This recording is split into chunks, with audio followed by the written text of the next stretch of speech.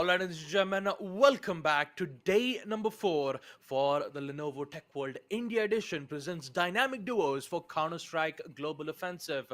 We had a total of 100 teams and now we are down to only 8 teams, out of which 4 teams will be having a chance to head off towards the Delhi LAN event. It's going to be an amazing one to look at, folks. But yeah, let's take a look at the format itself. Like we said, a total of 100 teams competing in a single elims online qualifiers. We already had that all the way from day 1 to day 3, and now we are here to determine who will be that 4 lucky team to be in that offline event in Delhi. I'm your cast for today, Baba Gusta. Alongside, I have my co-caster Aggressive. And I've got to Of say, the prize course. pool of 50,000 INR, this is going to be an amazing matchup here, folks. Everyone is pretty much in closing distance for this prize pool. 8 teams, 16 players. They're now here to duke it off against one another. Who can make it big? Who will not be able to make that mark? We're going to be finding that out soon enough. But you got to remember, we were having constant BO1s through the first couple of days. Now is where everyone has a little bit of a safety net because it's a best of 3. In a best of 3, your consistency will be tested. You can't just be gods in a map such as Cobblestone or Short Dust. You need to know how to play the other maps. One of these maps will get picked up, and we do see that Chalice is going to be the map that gets picked up for the first time in this entire tournament. No one wants to go to Lake, no one wants to go to Boyard, but Chalice, Short Dust, and Cobblestone, the trifecta possibly for this entire matchup, because in my eyes, Chalice plays similarly to Short Dust when you think about it. Yeah, we just have to wait and watch because, like Aggressive said, we haven't seen Chalice being picked a lot, especially in the dynamic duos. But now seeing it for the first time, and just like we talked on day number 3, on even if you do perfect one map, you still need to realize that in the finals and the grand finals is going to be best of 3 and best of 5s. So since this best of 3, you still have a safety net, but you also need to make sure that you have good map awareness and map knowledge towards Chalice, Short Dust, and Cobblestone. So these 3 maps will determine whether which team will have the spot in towards the LAN event, and I'm pretty sure that this will be a good competition and a fierce one of that too. That is for sure, folks. But now we just have to wait and watch. I'm pretty sure that the first map will be on Team Narcos, going on a map like Chalice. So we just have to wait for the knife round to come to an end, the coin toss to determine who will go on first or second. Will it be Team Narcos or will it be the opposition side? We just have to wait. But all in all, I'm just glad to see some newer maps coming in. I mean, we True. just we just saw Cobblestone on day 1 and day 3 almost 8 to 9 times, right? And now finally seeing newer maps like Chalice and yeah, I know Short Dust and Cobblestone will be the second and deciders match. But let's just head on into our first quarterfinals matchup between Team Wicked Gaming versus Narcos. Chalice will be the first map to start things off. And it's going to be an amazing one to look at here, Aggressive. I think I've only played this map about once or twice, but Crazy Gamer already has the angle for it. Fired up in a bad spot. Not really the best of position that you want to be in. The shots are better though. Coming in from Defaulter from the side, and SK WoW gets shut down. Narcos Gaming not really having the opening that they wanted. Getting caught off guard when you think about it, right? The CTs, especially on this particular map, will always have a very close position to play from. You can easily run on down into a corridor and catch the members of the terrorists off guard if they are not careful about these engagements. Now with the much more powerful weaponry on their side, an SMG on one and a rifle on the other. Wicked Gaming, they have a strong suit, and they also have a read on this map. Beautifully done.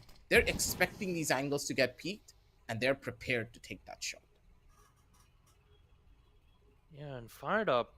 Interestingly enough, not making a decision to pick up the C4 really shows that he wants to play the waiting game. But since he's the only one left, he has good information. But Tech 9 is very powerful in close range. On medium range, though, you could still hit one of the players in the head. but it's going to be difficult for Fired Up to secure the kill. Yeah, there you go. Fired Up gets picked out from Crazy Gamers' SMG. You'd normally prefer to have SMGs with high fire rate rather than having weaponry with high damage, but it's always player's preference. If you have high fire rate, then you have maximum amount of chances of winning those important short range gunfights. So round number 3, we will see Wicked Gaming have good amount of utilities. The same thing cannot be said for Team Narcos, so they have to rely heavily towards their weaponry. The AK-47s, very powerful on any range at all, even if they have a vest or not. One shot to the head will confirm the kill, but without the help of flashes and grenades, it's difficult for them to gain any information whatsoever. Oh, this timing is so beautiful. Could have gone for the wraparound, and Crazy Gamer good on the angle, needs to find the shot. The spray is good, deals a lot of damage, but the kill does not occur. Fired Up's gonna be able to get into a much more default position, swing out from the side. The AK is dangerous from these points. You gotta find that kill, buddy, and SK Wow gets shut down. Turned around in the wrong corner, and good shots coming in from both of the teams. The buddy system from Wicked Gaming is something to behold. They were playing together through the entirety of that phase. They didn't leave each other's side at any moment.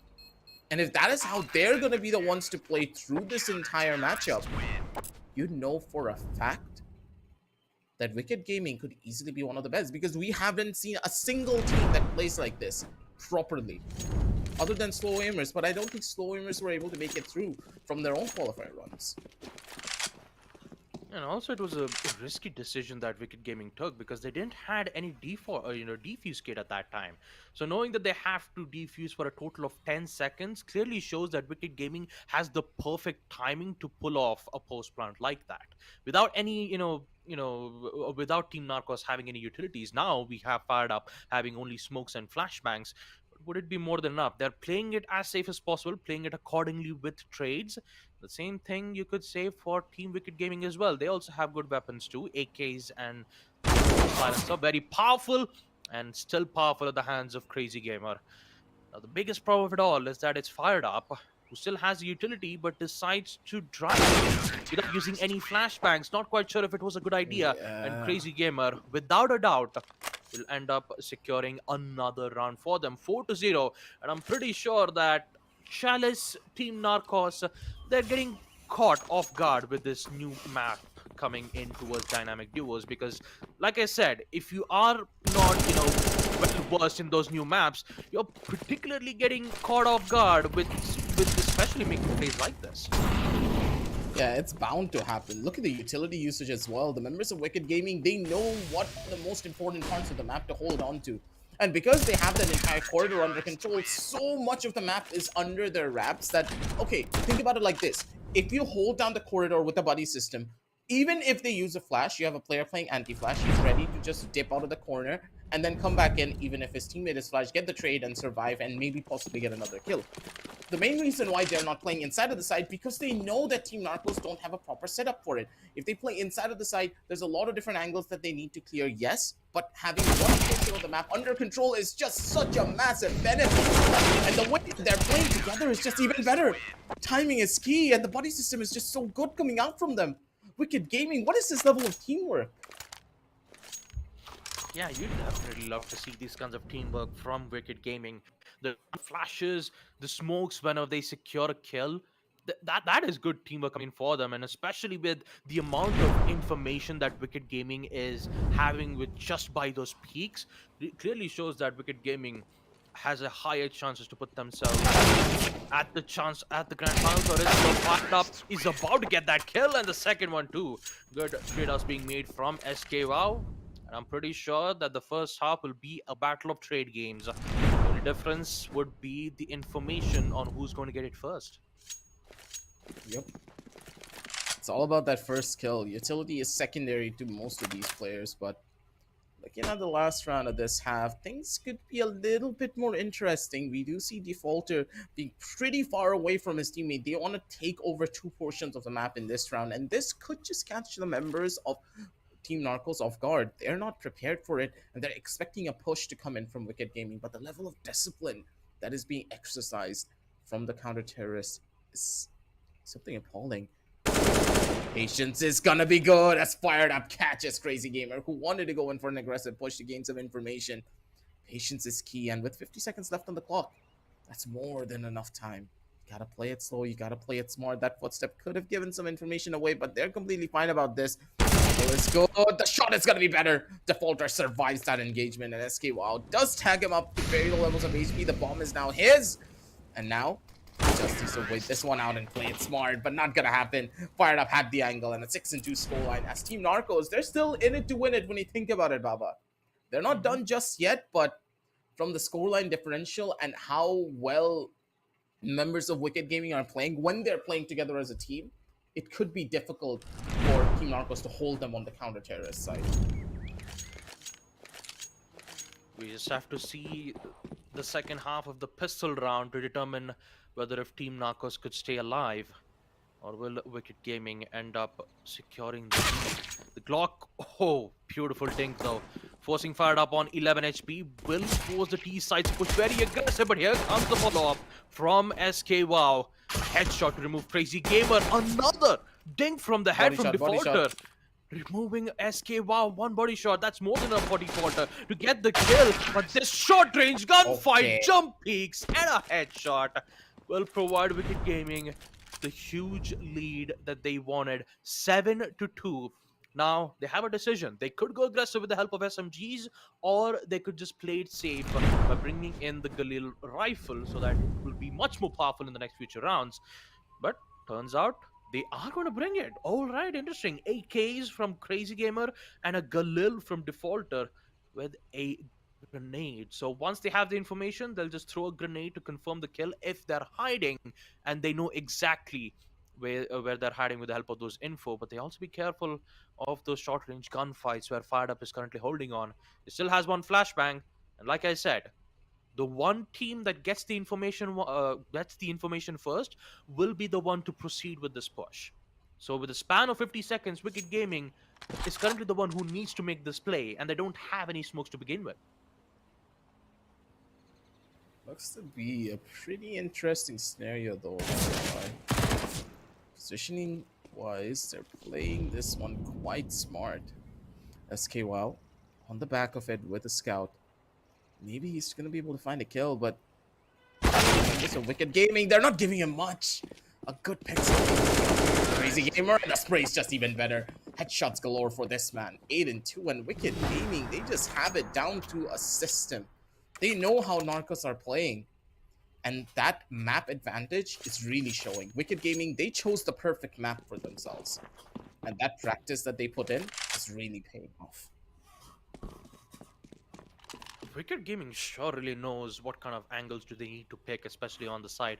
You'd never expect to see, Crazy Gamer just peeking in towards the side where, it's just an unexpected side to be in. And I Yep. like to see that Wicked Gaming are, just trying to confirm the kill first and then proceed to be on the site, more than just heading directly towards the A side and proceed with post plant. So they're taking their sweet time, and once the timer reaches down to 40 or 35 seconds, that is exactly where they'll make a move, and Team Narcos knows this. So instead of going the aggressive part, Narcos decides to be much more in a passive state, and maybe we could see fired up, maybe flanking right from behind. There you go, an important kill, Nice instantly being traded shots. out. But Crazy Gamer still has the advantage. He doesn't have the info though. Oh, SK, wow. Definitely applies the wow element for Team Narcos. They will survive one more round, gets themselves a free AK in their hands, and an M4 at that too. So for the side of Wicked Gaming, only AKs, no utilities, which means that they're going to go guns blazing, and I feel that they have information. Defaulter taking a lot of damage, but he doesn't care. He gets the kill and fired up. Ooh, Well, he's been nice fired shot. up from Wicked Gaming. 9-3, Chillis at the hands of Team Wicked Gaming. Would you look at that, folks? Map number 1 completed, and now it's up to the standard maps, Shot Dust and Cobblestone, to determine the fate of the opposition team. What is going to happen? I've got to say, Chalice, you could feel that, Team Wicked Gaming had such great knowledge and map awareness of it, even though that we didn't get to see a lot of how can I call this?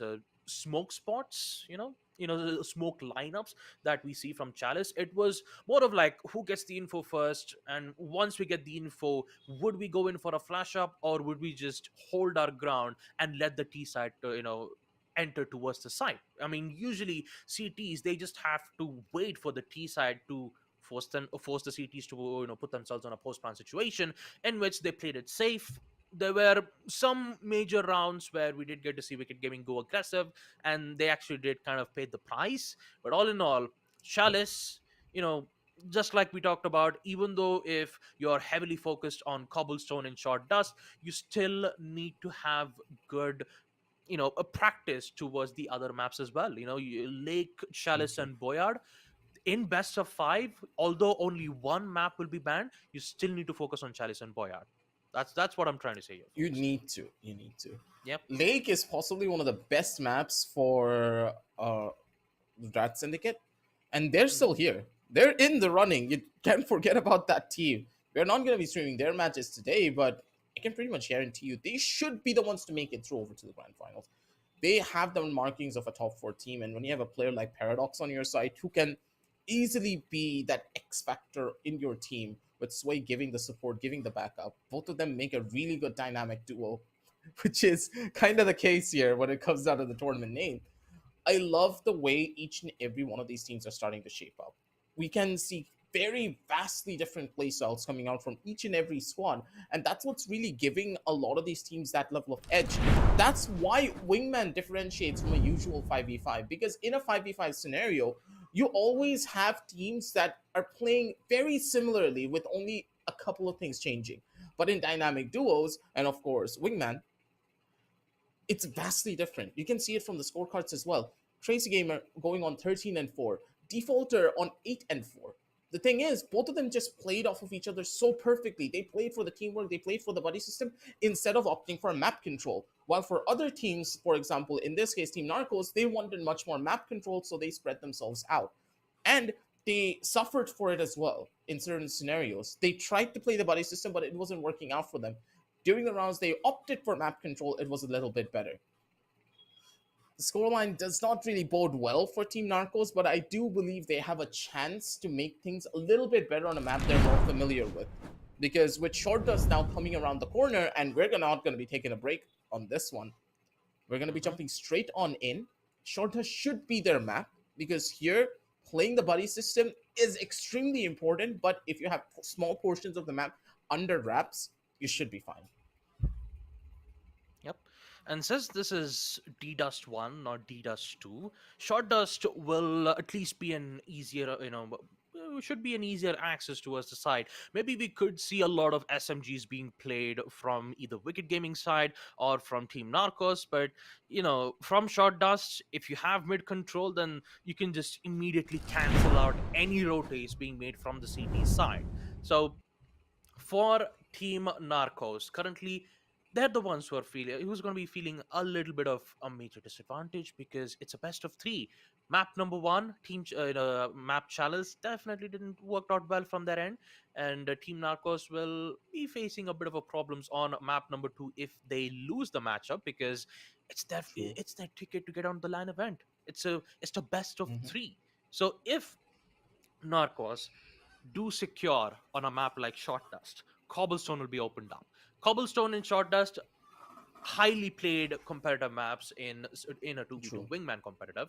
So at this point, what I saw from Team Narcos on map Chalice is that they weren't utilizing their utilities a lot, especially on round number three, where I only saw them pick just the AKs and Kevlar armors. No smokes, no flashes, not a grenade or a molotov to at least, you know, force the CTs to be on one position so that you can cancel out the trades being made from the other. So they could have used the Molotov to, deny that trade. But instead, they decided to go guns blazing. They didn't had info, and since info was king, and Team Narcos failed in that information game, they unfortunately had to lose the entire map. So on map number 2, I'm hoping that we could see them use some flashes, maybe, flashes towards mid, if they do decide to take control of it with the help of a scout, or maybe we could see them play very closely towards the A side with the help of Mac 10s. That's what I'm thinking at the moment. Actually, Mac 10s from the T side. What I meant was the SMGs from the CT's end, which has the highest fire rate, the MP5. So yeah, there we go, folks. Map number 1 at the hands of Wicked Gaming. They're currently in map point. Securing map number 2 will put Wicked Gaming a free ticket to the Delhi's event. So it's going to be an exciting one. But the pistol round, dual Berettas in hand. It's going to be an exciting match. Look at fired up. Oh, headshot to take out Defaulter, and Crazy Gamer left by his lonesome. Once again, D4's been dropped, and so is the second player to Team Narcos. They're looking good in the first round, and for Wicked Gaming, they're going to lose their pistol. A little bit too antsy on that one.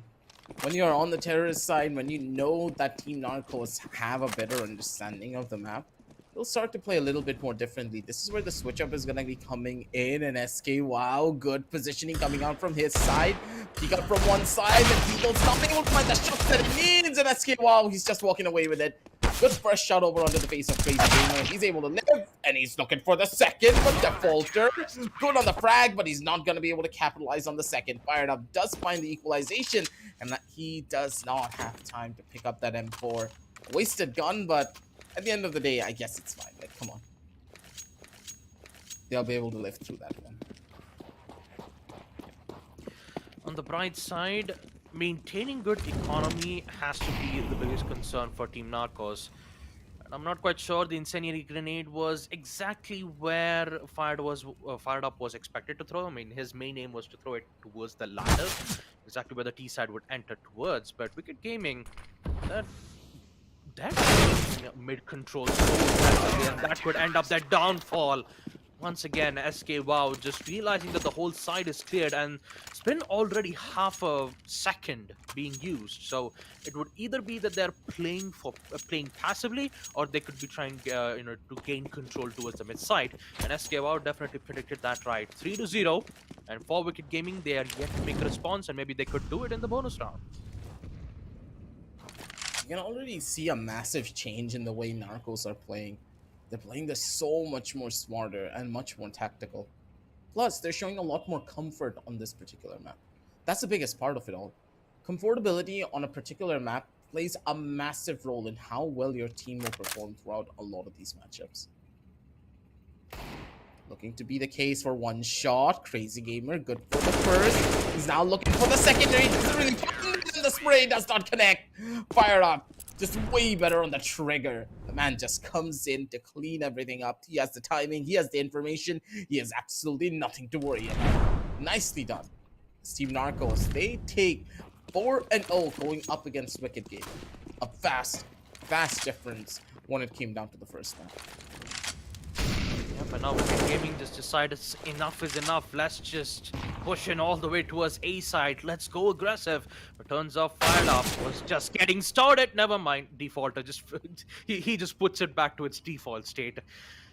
Just a minute left. SK Wow needs to provide that wow factor once again for Team Narcos if they need to secure map number 2, Short Dust. He has good utilities though. Molotovs to force the CT side, if the CT side to be in that position, if he has proper information regarding the player's whereabouts. But still, I have to say for SK Wow, he has all the utilities. He has flashes, he has grenades. So once Defaulter makes his move, he's on very low on HP too. He only has 50 HP. It's always about the info, and apparently time's running out. 30 seconds. He has to give away his positioning from the C4. He still has the smoke. Yeah, he still has the smoke. He could go in for a smoke plant, but no, he decides to go in for a kill instead. Only 20 seconds. SK Wow, he might be able to find it. There you go. Intel at the hands of the CTs, and Team Narcos will be in a humongous lead. 5-0. Three more rounds left for the first half to come to an end. The way that Team Narcos are playing as well, it seems to be they've gotten into the heads of the game. The shots are just not connecting, and SK, wow, he's just being as aggressive as possible. The guy is not letting anything up. He has the timings under check. The Galil, not really the best of weapons that you want in situations like this. Knowing that the bomb's already there, a couple of flashes being thrown, a smoke up as well, and they're utilizing all of their utility down to the T. They know what they need to do. Last player has pretty much also been spotted.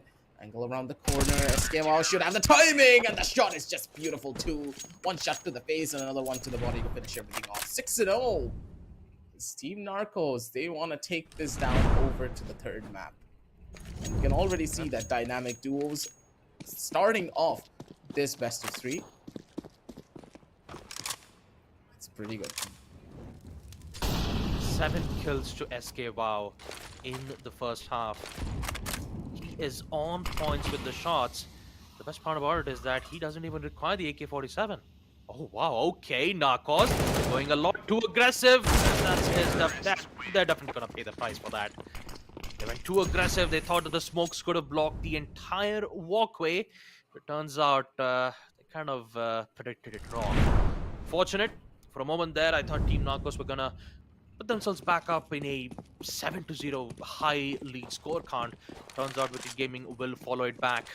Some weapons will be brought, some weapons will be present, but Team Narcos, since they have the economy in their hands, if they lose this one round, it shouldn't be much of a problem. You still have the AWP to be in play, but Defaulter removing out SK Wow will give them some hopes and dreams for Wicked Gaming to put themselves back up. Smokes, block plans of side, important, and this could secure post plant. Fired up. All it requires is just a flick, but no, he doesn't have the information. Defaulter might be able to get one step ahead, but fired up. You see that first shot? No, we won't. Defaulter gets him at the right time, ending the first half on a 6-2. Team Narcos, SK Wow, the wow factor for Team Narcos, 7 kills. He's made a lot of work in the first half. And now with the Ecos coming to a reset in second half, and with them being on the side of defense, oh boy, Wicked Gaming, they're at a major disadvantage here once again in map number 2. They're currently facing map point, but for Team Narcos, they can put all the way to the deciders. Yep. Still a pretty long one when you think about it. There's a good chance that Wicked Gaming can make a turnaround. It all does depend on this pistol run though. If you're able to take this one away, you have that economy to just start building up and get into the heads of Team Narcos. Team Narcos, though, on the other side, are expecting Wicked Gaming to be very aggressive on their first little flight. Not really getting much done here on the first initial bout. Wicked Gaming, they're waiting for this play to come in. Fired up. They already got the plan. This is a post-plan situation you don't want to be in. But Crazy Gamer with the plan gets the timing on XK Wow as soon as he turns around. Timing is everything here. They know exactly where the last player has to be at. Fired up. You need to get this double kill. It won't be that easy to find. Good for the first initial straight. Gets the information. Forces him off the bomb. And it's going to be Defaulter with the trade. Good plays and the buddy system working well for the members of Wicked Gaming. It seems as though the counter-terrorist side is where they play the buddy system the best. And because of their teamwork and communication, they're able to walk through that one unscathed. I just love the teamwork from Wicked Gaming, especially Defaulter, who was waiting for Crazy Gamer to arrive, just to give that proper information, establishing that proper crossfire, giving not only the perfect information, but also securing a trade of a 1v2. Now we're, Team Narcos, they're currently feeling the pressure now, once again, with rifles only, AK-47 and Galils. Although it's very powerful, they need to make their shots count. And from the CT side, they have 2 grenades, so they could deny the taunt. There you go, 1 grenade will deal minor damage to Fired Up, but he's still alive. 98 damage. Rifle's very powerful on long range gunfights, and SK Wow will find one. There goes Crazy Gamer, and whether Defaulter is just left with just a FAMAS in his hand. Now he needs to realize that Team Narcos are, going with fireworks instead of just using their utilities. Actually, I meant firepower, not fireworks. Again, apologies, but yeah. Oh, he's saving. 1v2. Yeah, 1v2. I'm pretty sure the Defaulter is going to save. Yeah, he doesn't want to give away. He's going to save his weapon. All right, that's an interesting term coming in from Wicked Gaming and SK Wow. He's just rushing it. He wants to get the kill. Oh no, he's gonna lose one. There goes the Galil, but at least the AK is safe. at the hands of Team Narcos. So they're not going to give Wicked Gaming the AK, but instead they'll have some good utilities from their end. Molotovs Wait. and flashes and one smokes. Oh, wait. I saw the money wrong for a second. I was like, wait, why is he buying it from us? Doesn't he have enough for a rifle? Still, the molly is being a little bit overshadowed. Couple of flashes being thrown to get that early bout of information and to just scare off the members of Team Narcos, but they're still holding from this angle. They're not going to give much away. Out of the tunnel side, looking for that first engagement. Crazy Gamer, though, on his crazy flank once more. He's walking his way up towards tunnels. Are the members of Team Narcos expecting this? They're not. One gets caught out. Now with that kill, they are stuck between a rock and a hard place. Where do you go, SK? Well, you need to hit the shots of your life if you want to try and make this one work out. One from the top side, the spray comes in, and Defaulter gets the finishing blow. Nicely done as Team Narcos. They're slowly but surely getting shut down from time to time, but Wicked Gaming, they're losing rounds regardless. They're at 7-4. One more round, and they are at map point. And can you imagine tough. Default saved the FAMAS so that they could win the gunfight. And look at that. Look at the recovery from Wicked Gaming. Another second Molotov. They have the confirmation of the C4. And SK, wow, he only has a Tech 9. They know it's an eco round. Wicked Gaming just They're just plays gonna let him according to plan. its strengths. Yeah, they're just gonna let him plan. There you go. Just normal sprays out. The trays will be. The trade will No be way! present. He nearly got it. He Yep. nearly got it. He got a dink Nearly on the got it from the defaulter. Tech 9. Yep. So he was just so close to getting that clutch out, but when it comes to that trade, it's very difficult. I mean, they have AKs, they have the M4 silencer, and up against a Tech 9, who needs to be very precise from the switch that he has to do. The recoil flick, as I'd like to call it. Yeah, it's just major disadvantage though. This is a position that you really don't want to be in. Wicked Gaming, they have a complete control of the entire site. They're not playing it overly aggressive. The smoke and playing this one smart, but you can stay in the smoke forever. It will fade within time. That's an angle you do not want to be in, and now Defaulter all on his lonesome to try and get this clutch. He needs to try and find the kill, but I don't think Narcos are going to give him anything. They've cleared out the entire map. They have an inkling of an idea of where he could be playing, and ladder being that final position, they're just going to hold him. They know that Defaulter wants this kill. And if he has the perfect timing, he should be able to find one regardless of whatever happens to him. 20 seconds left. They need to opt for a plant. They're playing this one together, so that is the smart play. A Defaulter, can he go big? Or are we going to be the ones to get sent home?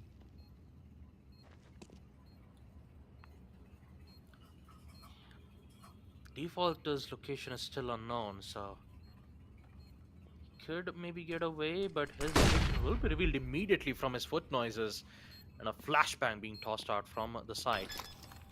Information, post plant, he's just trying to go in for the fake defuse, but Team Narcos not gonna get away with that. Defaulter sees one, have the second player's info, and that will definitely confuse him. Wicked Gaming was just so on point with their teamwork, establishing crossfire angles in the mid rounds. But now Team Narcos finally understood what was happening from Wicked Gaming's strategy, and they decided to devise a plan that Wicked Gaming put themselves in a very major disadvantage. They are in match point. Team Narcos, Crazy Gamer on the other hand, will get one to the wall to take out Fired Up. Both of them low on HP. But SK Wow still has the advantage. Actually, Crazy Gamer still has the advantage. Well, he does not anymore. SK Wow. He will get it, which means that we are going above and beyond, folks. Map number 3 will be unlocked, which will be Cobblestone. The final map to determine which team will proceed into the finals. Now, I've got to admit, Narcos, first half CT round was just absolutely amazing. His plays from the pistols, and I love the teamwork that we saw from the opposition side too, right? I mean, the Yep. the timing for Defaulter to wait for Crazy Gamer to arrive right at the crosshairs to establish a kill, and also that the save round from the post round where we did get to see Defaulter save the FAMAS. so that they could have some vital utilities to play to it accordingly. It's just so well done from them, True, and true. I can't wait to see what Cobblestone is going to offer to them, because there's a lot of long range gunfights, except one which is towards the upper turns and LTs. And so you might want to accept some shotgun plays, maybe a Max 7, or maybe you could see a major dump of grenades and Molotovs being tossed out to True, not give true. the T side any breathing room whatsoever. So it's up to them.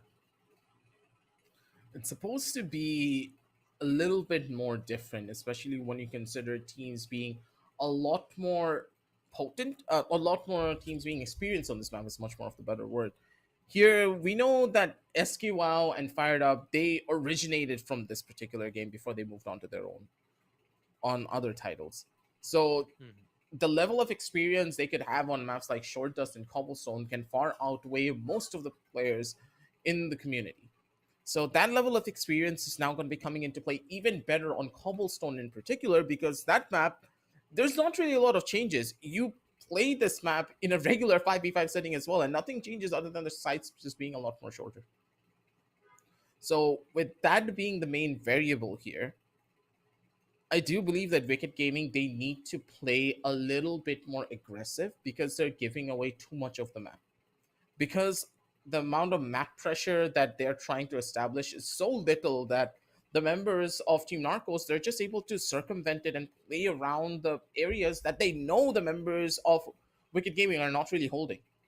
Tough spot to be in, but regardless of whatever happens, I do believe that Wicked Gaming has a certain amount of chance, but it's going to be very difficult, because if this is how the members of Team Narcos can play, it's going to be tough to make this work. Yeah, it's usually like when you see Defaulter and Crazy Gamer in the CT side, they do a really great job at communicating themselves. Maybe we could see True. a boost spot on Cobblestone. Maybe we could see them, be together in the mid rounds and then start to split up so that they could, cover up those angles as best as possible. It's like the trade works is confirmed. There's nothing much more to it. True. But the main problem has to be the split version. Once they start to split towards one place to the other to establish that important crossfire angles, there is a lot of chances where the T side could win one of the gunfights, go aggressive in a way that the other guy who's just trying to be as stealthy as possible ends up not securing a trade. And next thing you know, they have control on the side, post blunt, 1v2, grenades and every utility is available from the T side, and next thing you know, you're all by yourself. They have been caught off like 2 to 3 times, right? Especially on Short Dust, they've been caught, which means that Wicked Gaming needs to do something more than just that. They just have to use the trade games like we saw on Chalice. Again, let's take a look at the scoreboard once again on Short Task. Fired up with 10, SK out 10, perfectly balanced, as all things should be. Wicked Gaming, on the other hand, 8 kills to Defaulter and 7 kills to Crazy Gamer. They really did do an amazing job on Chalice. The trade works were going good, and you could see that Team Narcos had a lot of problems in gaining map control, because Big Gaming was just on point with those shots. The information game was just so perfectly well done.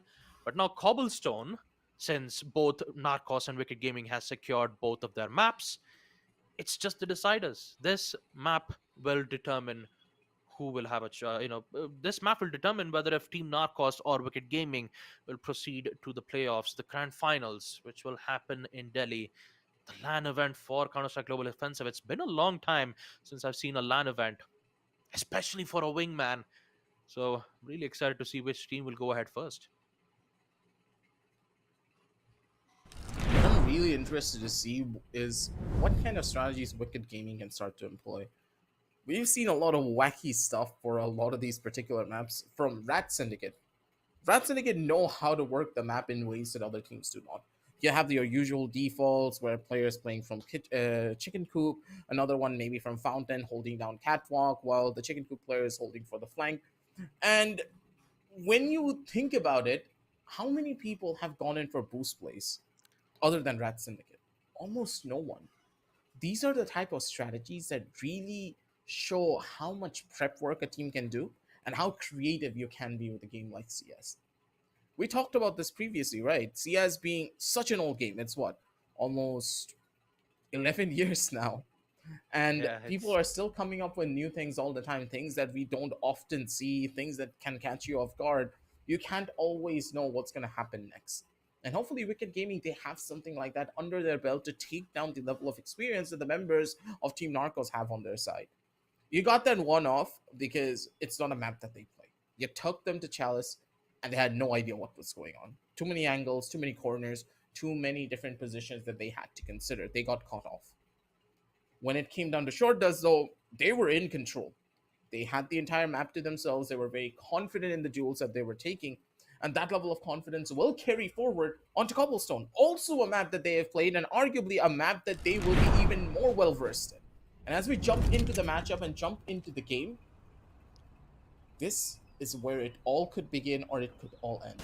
Narcos, what's the game plan here? Going out for a swing, a flash coming out from the top, good amount of info, and a lot of map control being given. yeah, fountain fight will be huge, and it will be defaulted to take the first pick. Fired up. Oh man, only has the smoke. He could block at least one line of sight, but also need to be careful on defaulter currently toward who's currently playing towards the fountain side. That 1v2 will be tough, and it will be tough indeed for Team Narcos. They're gonna lose that pistol round, which means SMGs in hands for Wicked Gaming. A great start, and for Wicked Gaming, since they've lost the second map of Shot Dust, they will definitely have to, get back that control. That's the main thing that I was worried about. The double drop down from lower tunnels. That huge aggressive plays will be much more difficult. Grenades being tossed out. Crazy Gamer won't be able to deal with the damage. Escape out is so low in HP. Oh, but it was fired up who had to go up against. Mac 10's in hand. That's the main thing you should be afraid about. SMGs, LT, if you see two Ts just drop down from Ts, you know you're gonna have a bad time. Mac 10s are just such a nuisance to play with. You know how dangerous it can be, and we were talking about this before, right? The amount of close range gunfights you have to worry about on this particular map just far outweighs anything else. The pistol round, again, you never really want to fight from. It's just one of those angles that can easily tear you down limb from limb if you're not careful. Oh. And looking at Fired Up's positioning, we do see a person trying to be cheeky here. Could just have the timing for it. And the timing, it could just be perfect. But Crazy Gamer doesn't find the headshot, though. That could have been the make it or break it for a squad. That one kill could have turned the tides of the battle and given them a chance to come on back from the deficit that they faced. They already know Defaulter's position. The AK spray is just going to be good from SK WoW. 1 and 2. Team Narcos, they're back in it to win it. I'm not quite sure that Crazy Gamers' idea of flanking was a good decision, because they already knew that they had Mac 10s in round number 2, so it could have been wise for them to, play accordingly with the buddy system and just, establish crossfire angles and go in with trades, but instead, going with a flank like that with a 5-7, not a great idea though. I do have to admit, for Wicked Gaming, that important round is going to put themselves on a major deficit, because SK WoW once again taking out Defaulter and only having a Deeg in hand from Crazy Gamer. It's a difficult chance for Wicked Gaming to put themselves back on a 2v2 equalizer, unless and until Crazy Gamer shows his crazy skills with the Deagle. That one-shot headshot potential is just... it's still a chance, a 1v2. Still a chance for Crazy Gamer to utilize it, but yeah, like I suspected, SK WoW, once he gets the information, you just have to spray it and pray that you would get the kill. 1 to 3. 3 points at the hands of Team Narcos. They're slowly inching towards that spot to get in towards the LAN event for dynamic duos. Boy, oh boy, this is going to be a tough one for Wicked Gaming. It's just so quick and systematic too in these plays. Narcos, they have a deep understanding of this map and the timings that they can play around with. Plus, with one player holding a different angle and someone that you can instantly rely on to just whip around and get the frags, you don't have much to play and worry about. You can solely focus on just taking engagements. You have players flashing for you. You have people who know that, hey, if my buddy is opting for a swing, I have the perfect flash to set him up. Top flash front. Trying to get that first initial bit of an engagement. Not really found anything over towards the side of B main, but looking at this boost, Crazy Gamers, he's on the top side, and this off angle could easily give them an edge here. Yeah, they just need that important elements in order for Wicked Gaming to survive. They have For one flash defaulter, left. yeah, they only have one flash. Even though the smoke blocks important lines of sight, you still gotta be careful on UT. When the sound's being given away, they know exactly where they are. 2 peaks all the way from B long. They'll get their weapons, and Wicked Gaming will respond back.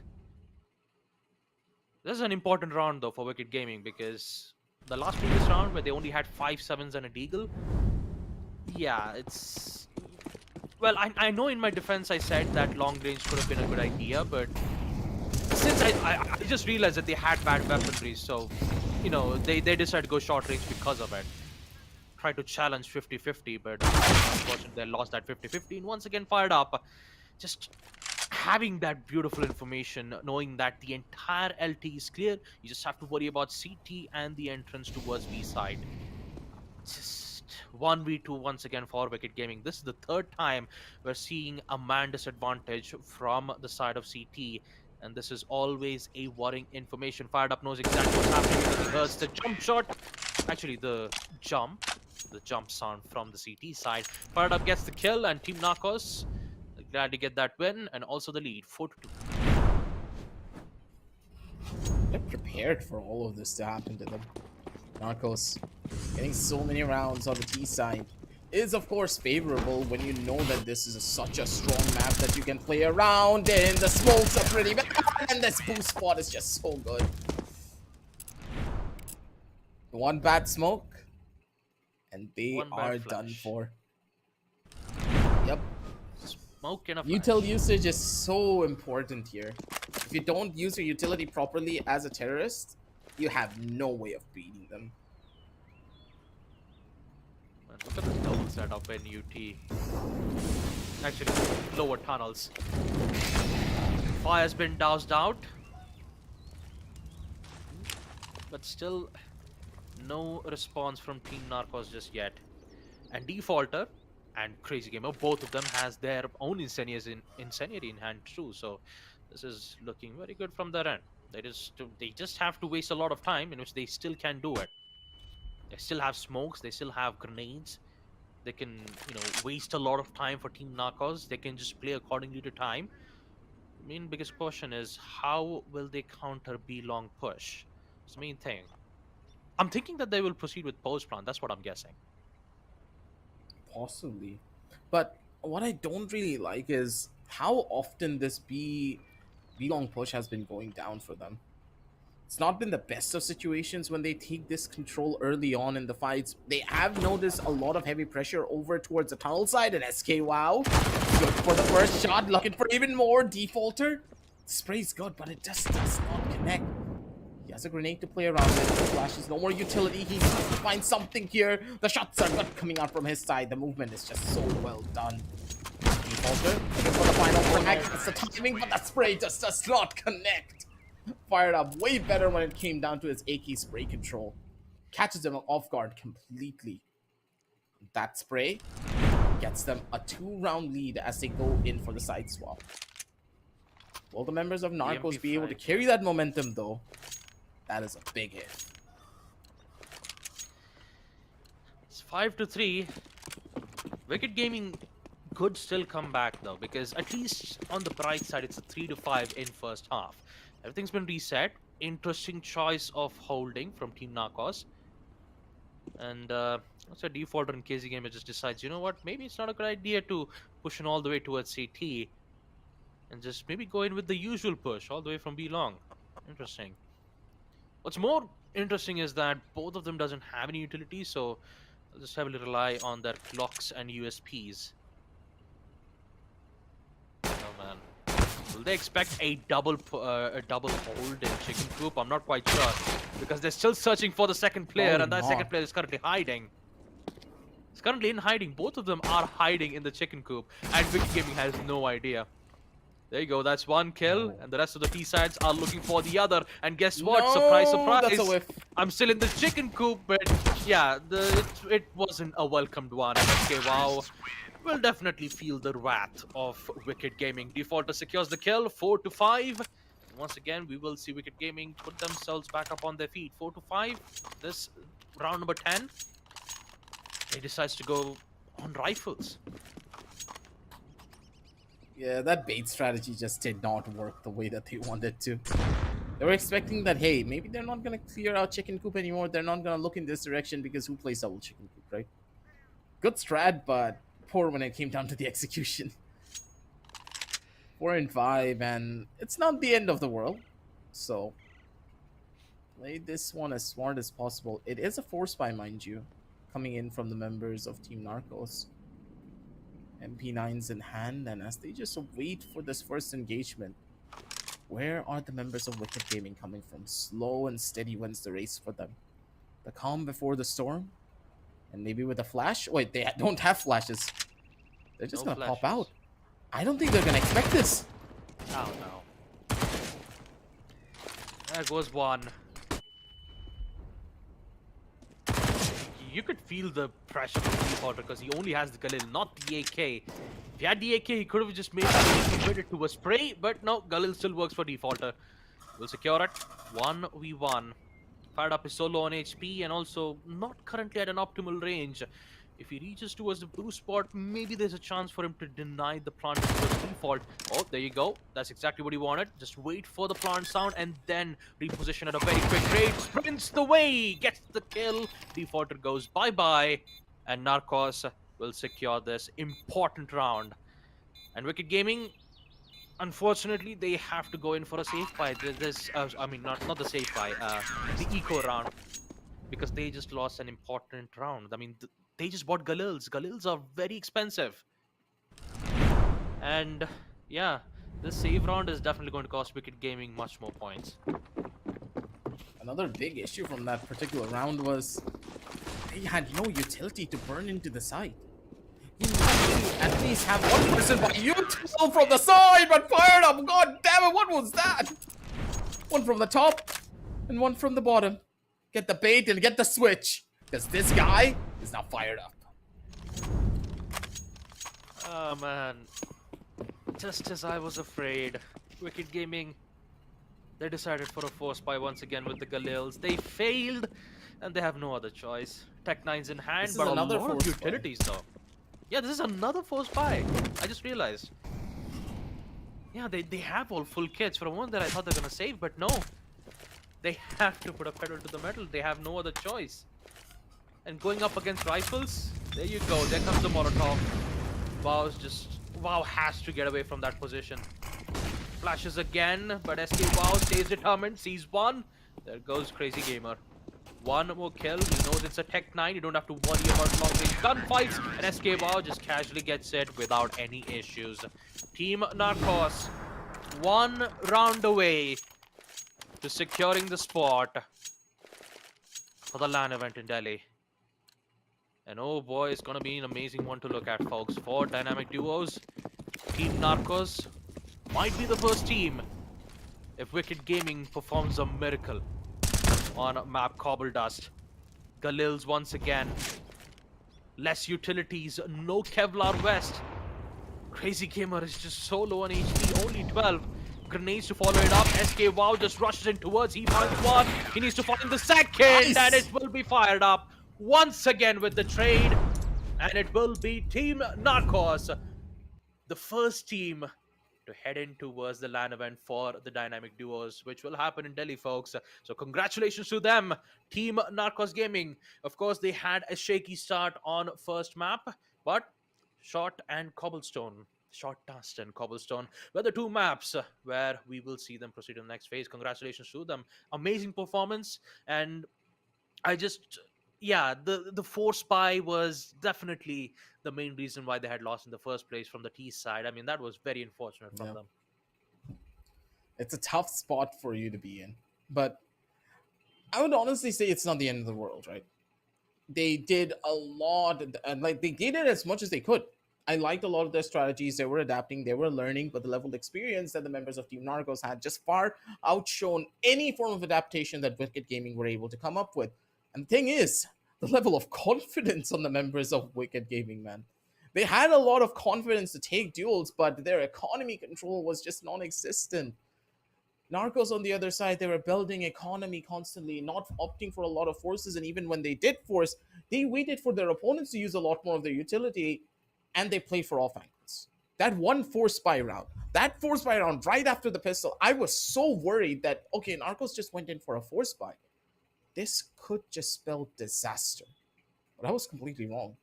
That one round spiraled everything out of control. And I'm pretty sure the members of Wicked Gaming, they were expecting to do the same, but you can't expect the same thing that you're trying to do to work over and over again. No map control, not really forcing anyone to go over to the other sides of the map. You just started to rush in, hoping for the best. And it didn't really work whatsoever.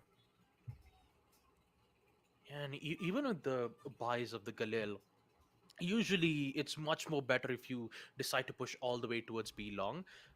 And I'm pretty sure that once they Yeah, looked all map number ones, twos, and threes, the only map where we saw an op or a scout being played was at the first map, right? Cobblestone true. and Short Dust, we didn't expect it to see both of the we didn't get to see both of the teams pick out ops or scouts. So since they were using the Galil, it could have been an optimal solution for them to push all the way towards B long, because they just have to worry about SMGs, which is very poor in long range gunfights, and Galil just dominates in long range. So they could have gone for just control towards chicken coop, or maybe just the usual smokes. But the flashes, on the other hand, is currently the main reason why they're getting caught a lot, like by a margin, because the flashes, the smokes, it just didn't work out well for Wicked Gaming. And even though that they won the first map, second and third, Team Narcos, they will end up securing it nonetheless. 9-4, and fired up with a total of 10 kills. SKWA with 8, and we will see our first team heading to Delhi. Yep. And they did deserve it. The way that they played and the way that they adapted. But the thing is, you really need to start figuring out what you need to do in the best of 5. Baba, True, it's true. a best of 5. It's a best of And you five have to grand finals, play yes. all of the maps. But Boyard, you don't like Lake? Well, Chalice. that's too bad. Yep. You don't have a choice. You need to go there, you need to play it, and whichever team has those unorthodox maps under wraps, they are going to be the ones who are the winners of dynamic duos. It's going to be tough. Narcos, I know you guys are really good. Your mechanical skill easily shows that to everyone out there in the audience. But mechanical skill can only get you so far on those particular maps. You need to know the map, you need to know the common positions, plus you need to understand the timing. That's the thing. In CS, almost everything can be telegraphed based upon the clock timing. If you can understand and visualize where you would be as a counter-terrorist or a terrorist by just looking at the clock, you're going to be able to understand pretty much everything on any particular map if you know its general layout. So I'm hoping to see Narcos just put in the practice for those other 3 maps so they can have, at the bare minimum, a crutch to play with. Because looking at how the veto and, of course, the process is going to go, all of these teams, I do believe if they are able to win out on the knife round, it's going to carry so much weight. Starting off on the counter-terrorist side for those particular maps will be a big up for any of these teams.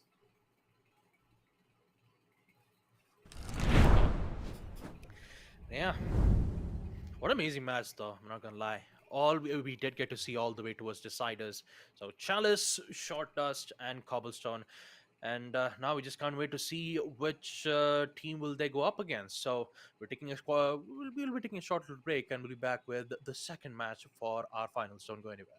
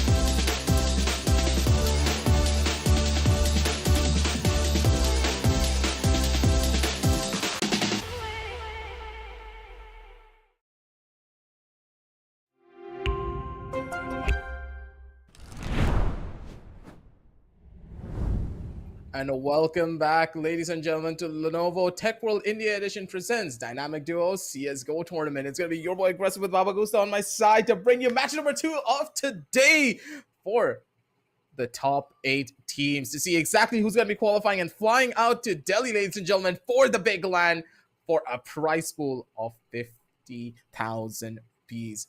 Now, the real question is we already have 2 teams who have qualified. You got to remember, one team is the members of Team Narcos. Now I remember. Like for a second there, my brain just lapsed. Team Narcos, and on the other side, we have Rat Syndicate, who did do their match off stream, and they were able to get a forfeit win up against Reckoning Esports. So, as I expected, as we predicted, it will be the Rat Syndicate being flown out over to Delhi. So, whatever happens, that's completely fine and dandy on that side.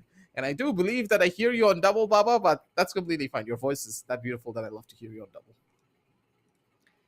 Yeah, I think I may have fixed the issue, but yeah, don't worry about that. But really excited though, and congratulations to the Rat Syndicate who will be proceeding to the LAN event in Delhi. Let's take a look at the schedule once again. That was the offline match. Like we said, it was a forfeit being given from Reckoning Esports, but nonetheless, let us proceed to our online schedule for the day. Precision One Gaming versus ELO Eating. Now, this match will definitely be an interesting Elo one to look Eating. at. Yep, ELO Eating. We just had ELO Eating I matchups in love yesterday, this. and yeah, they're really great when it comes to their plays. I really cannot wait to see what kind of plays and maps do we get to witness in the finals itself, the quarterfinals for the dynamic duo. So, Precision One Gaming and ELO Eating, well, may the force be with you, and the best of luck from all the side. And I've got to admit, 3 maps, I'm pretty sure that Lake will be banned the instant I look at the map veto, so it will be the first thing I'll ever see. Chalice and Boyard.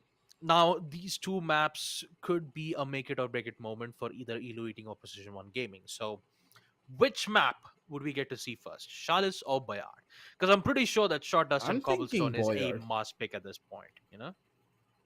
There Boyard, is okay. no way they're gonna go for Chalice. I do believe because Chalice plays very differently compared to most of the other maps. And when you are not really well versed on that map, you have a tendency of just falling into a pretty massive trap. Remember what I said, similarities to Short Dust, but the problem is the map is on a much larger scale compared to it. You have similar lines of sight that you need to control, just like Short Dust, and the angles and the situations that you can walk into are quite the same. But unless you have proper playtime on the map, let's say you played like about 5 matches, you just need 5 matches to figure that map out, and you're going to be able to play it down to at least a decent level. Not many teams have gone that far.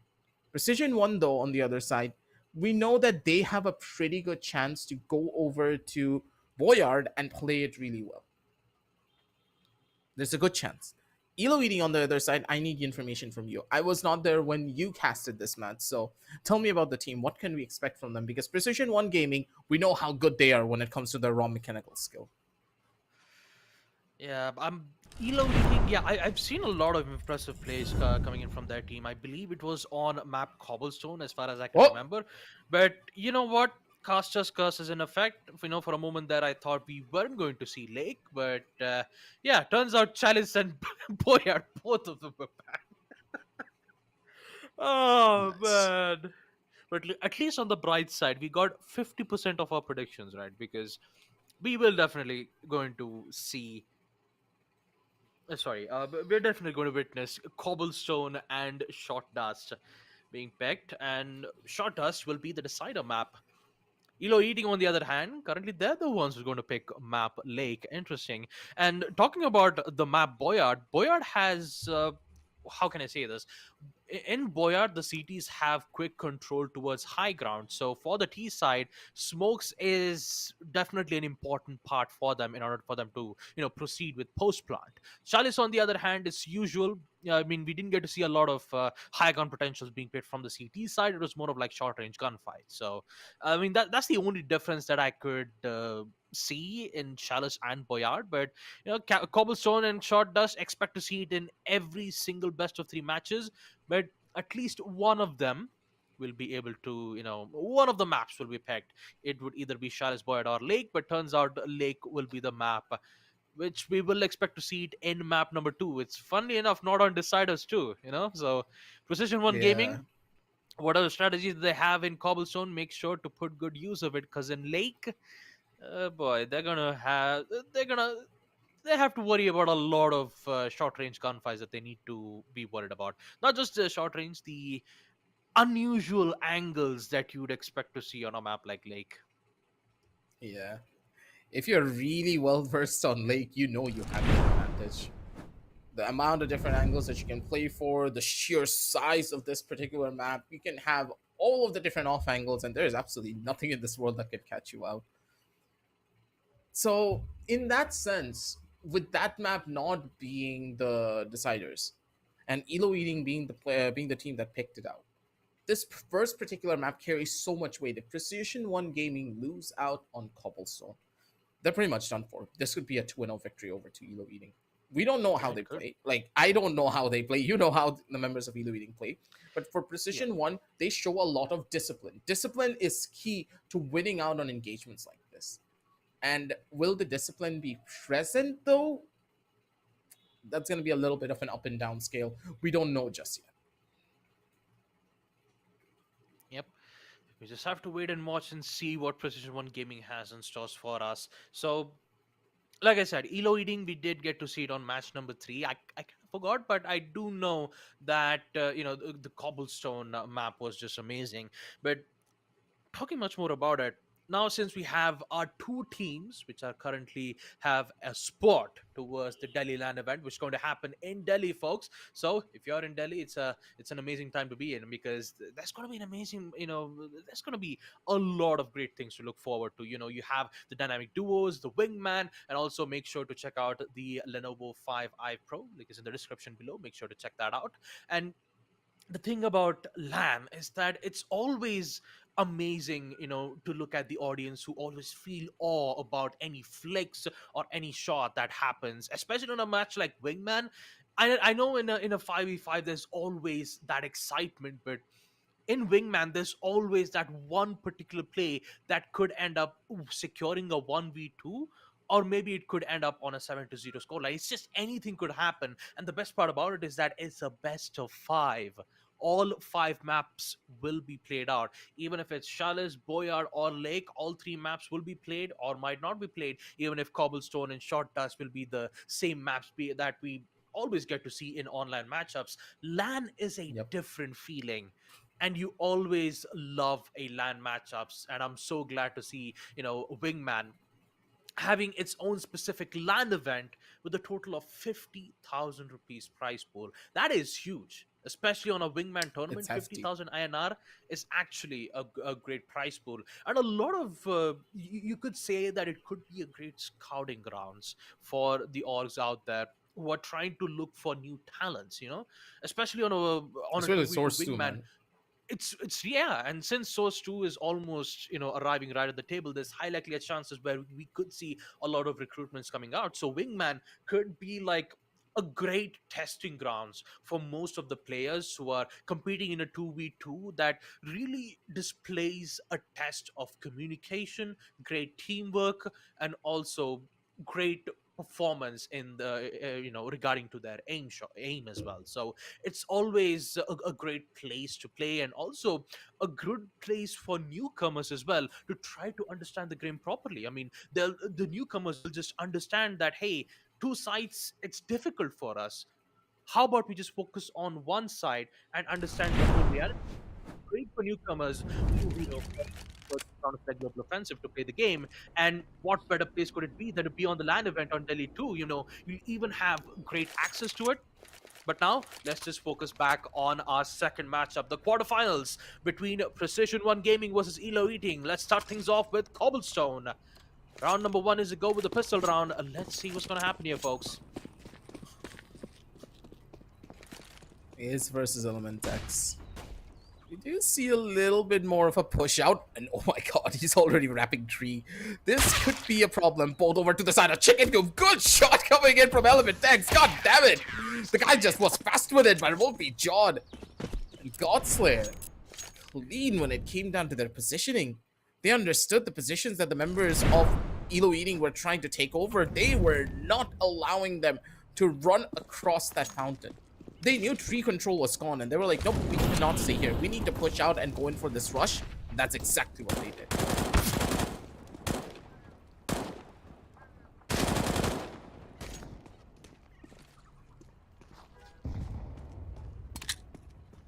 Pushing out from the other end of it, though. We're looking to see a little bit more of a forward play from possibly Godslayer. He's already posted up over to the other side of the fountain. Slow and steady wins the race there. ELO Eating, they're not really giving much away. They're waiting for a mistake to come out from one side, and it's going to be Godslayer. Good with the flick. Takes out Iz, and Wolfie on the other end, taking out Element X. Pretty good from either side. Nothing really to worry about at the end of the day. Precision 1, they take the pistol round. They take the anti-eco. Here is where the buy rounds come in. ELO Eating, what's the game plan here? We do see a pretty hefty take over onto the side of tunnel, but the members of ELO Eating, they're not really opting for the much more aggressive approach. They want to see if the members of Precision 1, they're the ones to push out. But with all of the utility being present and all of the utility being used, Precision 1, they're playing for the long haul and are waiting for the members of ELO Eating to make that first mistake. And I do believe that... Oh, yeah, he's back. Yep. I'm back. Unfortunately, I forgot to unmute the mic. So yeah.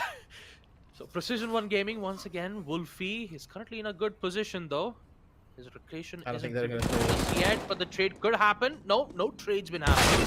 It's still a 1v2, but never mind. A quick frag out will be made from Izzy. A little bit of damage being dealt around, but he should be fine with the FAMAS information. Jump peak will be made.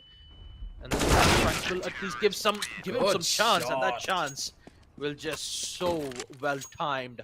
Godslayer, beautiful use of the flashbang to block its line of sight for a brief amount of time, which will secure an important kill, and also they will have an AK in hand as well. I'm pretty sure that incendiary grenade from Wolfie will give good information, and that's the main reason why it's expensive. It's an expensive utility, $600. If you want to invest in that utility, you need to make sure that you would have the proper information, and that information will be given immediately from Godslayer. Not from the Molotov though, just from the AK and the drop-down sound. And you could see how ELO Eating are just pressuring towards the tunnels aside. They want to make their presence known, which will force Precision 1 Gaming to make a decision on whether if they would stay in towards CT side or maybe go all the way towards Chicken Coop, where exactly they could have their final holdout from the side. Looking at how Precision 1 are playing too, they're not overly aggressive in corners, they're not playing for the kills, they're waiting to see if anyone the spray round is good for the first! The shot misses. This could be bad, this could be going from bad to worse, the flash is perfect, completely blinded out! Over from the other side of the corner, the plant's finally gonna go down. It's a fake though, so you just have to wait this one through. And this key positioning is good, but the leg shot's gonna hurt. He already knows he found the hit. And now he's looking for the final blow. Left or right, which side will you take? And the flip and a half coming in from Wolfie. God damn it, man. He's so good in these double clutch situations, and Precision 1 living up to their name. As they take the clutch, and Wolfie, couple of friction burns to go with it. Nicely done. Oh man, that flick, man. Jesus, Wolfie. Precise, clean, and effective. 4-0, 4 back-to-back wins for Precision 1 Gaming. They're looking very confident on map Cobblestone, and you could see how well invested they are with those utilities. The Molotovs forcing ELO Eating to wait, to force them to wait for a total of 5 to 10 seconds, and even if they do push in towards Molly, their location will be revealed immediately, mainly because of the sound cues, and also with them being very low on HP. It's a risky decision to make, and effective utilities are that too. Godslayer, nice shot, sees the head of Element, and now you just need to worry about is a nade, will deal major damage, and also Godslayer won't be having any issues at all with that one player. 5-0. And you could say that map Cobblestone, Precision 1 Gaming, they are way ahead of their game. Truly. The way that they're playing this is just absolutely incredible. ELO Eating just completely being thrown under the rug at this point. Too much damage, too many Okay. plays. Oh, what? Oh my god, Wolfie with the no scope. He catches one and he catches the second. A double no scope kill to take away the 6th round. And my god, Precision one. Give them a chance here, buddy. They're not even letting off an inch. The map is theirs. The economy is hurting. ELO Eating, they know they need to try and find a play. They know how important this round is, and maybe this one mistake coming in from Godslayer could give them that edge. But even if he makes a mistake, his buddy does not. Wolfie, the molly is good, and he's able to post up without really much of a flaw, with much of a problem. The no-scope doesn't hit this time, though. But Godslayer, he has the timing, and he has the aim to do it. A headshot and a body to finish things off, and the Opto back in their hands to take one more round and a 7-0, Baba. This looks to be a one-sided affair. It definitely is. I can assure you, because 2 incendiaries already used from UT and B Long. That is just huge value coming in from Precision One Gaming. And I definitely will agree with you, Aggressive. The amount of utilities and grenades that they're using right now, ELO Eating are forced to stay in the site for a total of 10 seconds. Not at the site, like from their spawn for more than 5 seconds. So Precision One Gaming, they already have the upper hand, unless and until they have any counter utilities to go alongside with, maybe a smoke or a grenade to, flush out the player who's throwing the incendiary in the first place. That could happen, but this could be a very tough decision for ELO to proceed along with, because they need to deal with Wolfie, who will miss his first initiate shot. The second will be missed too, and this will be very detrimental for ELO Eating, because they need to secure it back. Trade outs will be made, and it's just 1v1. Is he only having a deagle in hand? But he still has the dream to secure this. Info will be given, message shot, and an opportunity. Smokes will be made through the smoke. Damage will be done, and now it's Godslayer to slay Izzy. Will this happen? Smokes. Nice shot. Through the smokes. And there goes Izzy. Down he goes. Match point is confirmed, 8-0. And with the roll swap being made, I'm pretty sure that even with the rounds being, even if it's just a pistol round, they just need to secure 1 round. And I'm pretty sure that they will proceed to just go with Kevlar and Kevlars. Just Kevlars. No smokes, no nothing, just Kevlars. Just brute force their way in all the way towards B Long and see how much value that they can get from this. Oh, wow. Element okay, X. Element. Oh, God. Okay, man. All right. Oh! Just This guy is on fire. Nice shot. Man. He just taps it like he's accepting terms and conditions. That's all I can say, man. He just taps, just beautiful taps from the USB.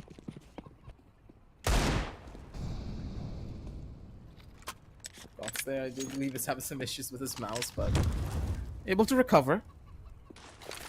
Now it's just about the whole. There's still a chance to go in for a reverse sweep here. Maybe just this could be better. Timing is key, and Wolfie! What was that shot? How do you hit these with these eagles, man? You gotta teach me in your free time. That was absolutely absurd. Precision one, they're now doing a 2 versus 1. Bomb not really close enough for the plant just yet. Information already gained, and they know exactly where he is. A couple of shots, one to the body, and another one from the side. Guts there finishes it off, and the double-sided pins are working out in their favor. As Precision 1, they take a 9-1 victory up against ELO Eating in the top 8. That is saying something. Ooh. Man. Let's take a look at What that. was Let's this? take Wolfie's This stage guy's shot, precision. The Precision 1. Man. Whew. I'm not quite sure what to say, man. They woke up and 9 to chose 1 on violence. Cobblestone. Yeah, that is for sure. Especially, Literally. I just love how they're slow and methodical about this. Molotovs being one of the most expensive utility of them all, they use it only to gain information. Every time you see them using towards UT and also towards B Long, and once, even though if they don't get any information from the Q sounds, at least they know that they're wasting a lot of important time for the T side, which eventually forces them to make a decision to go for the push without having any information to begin with.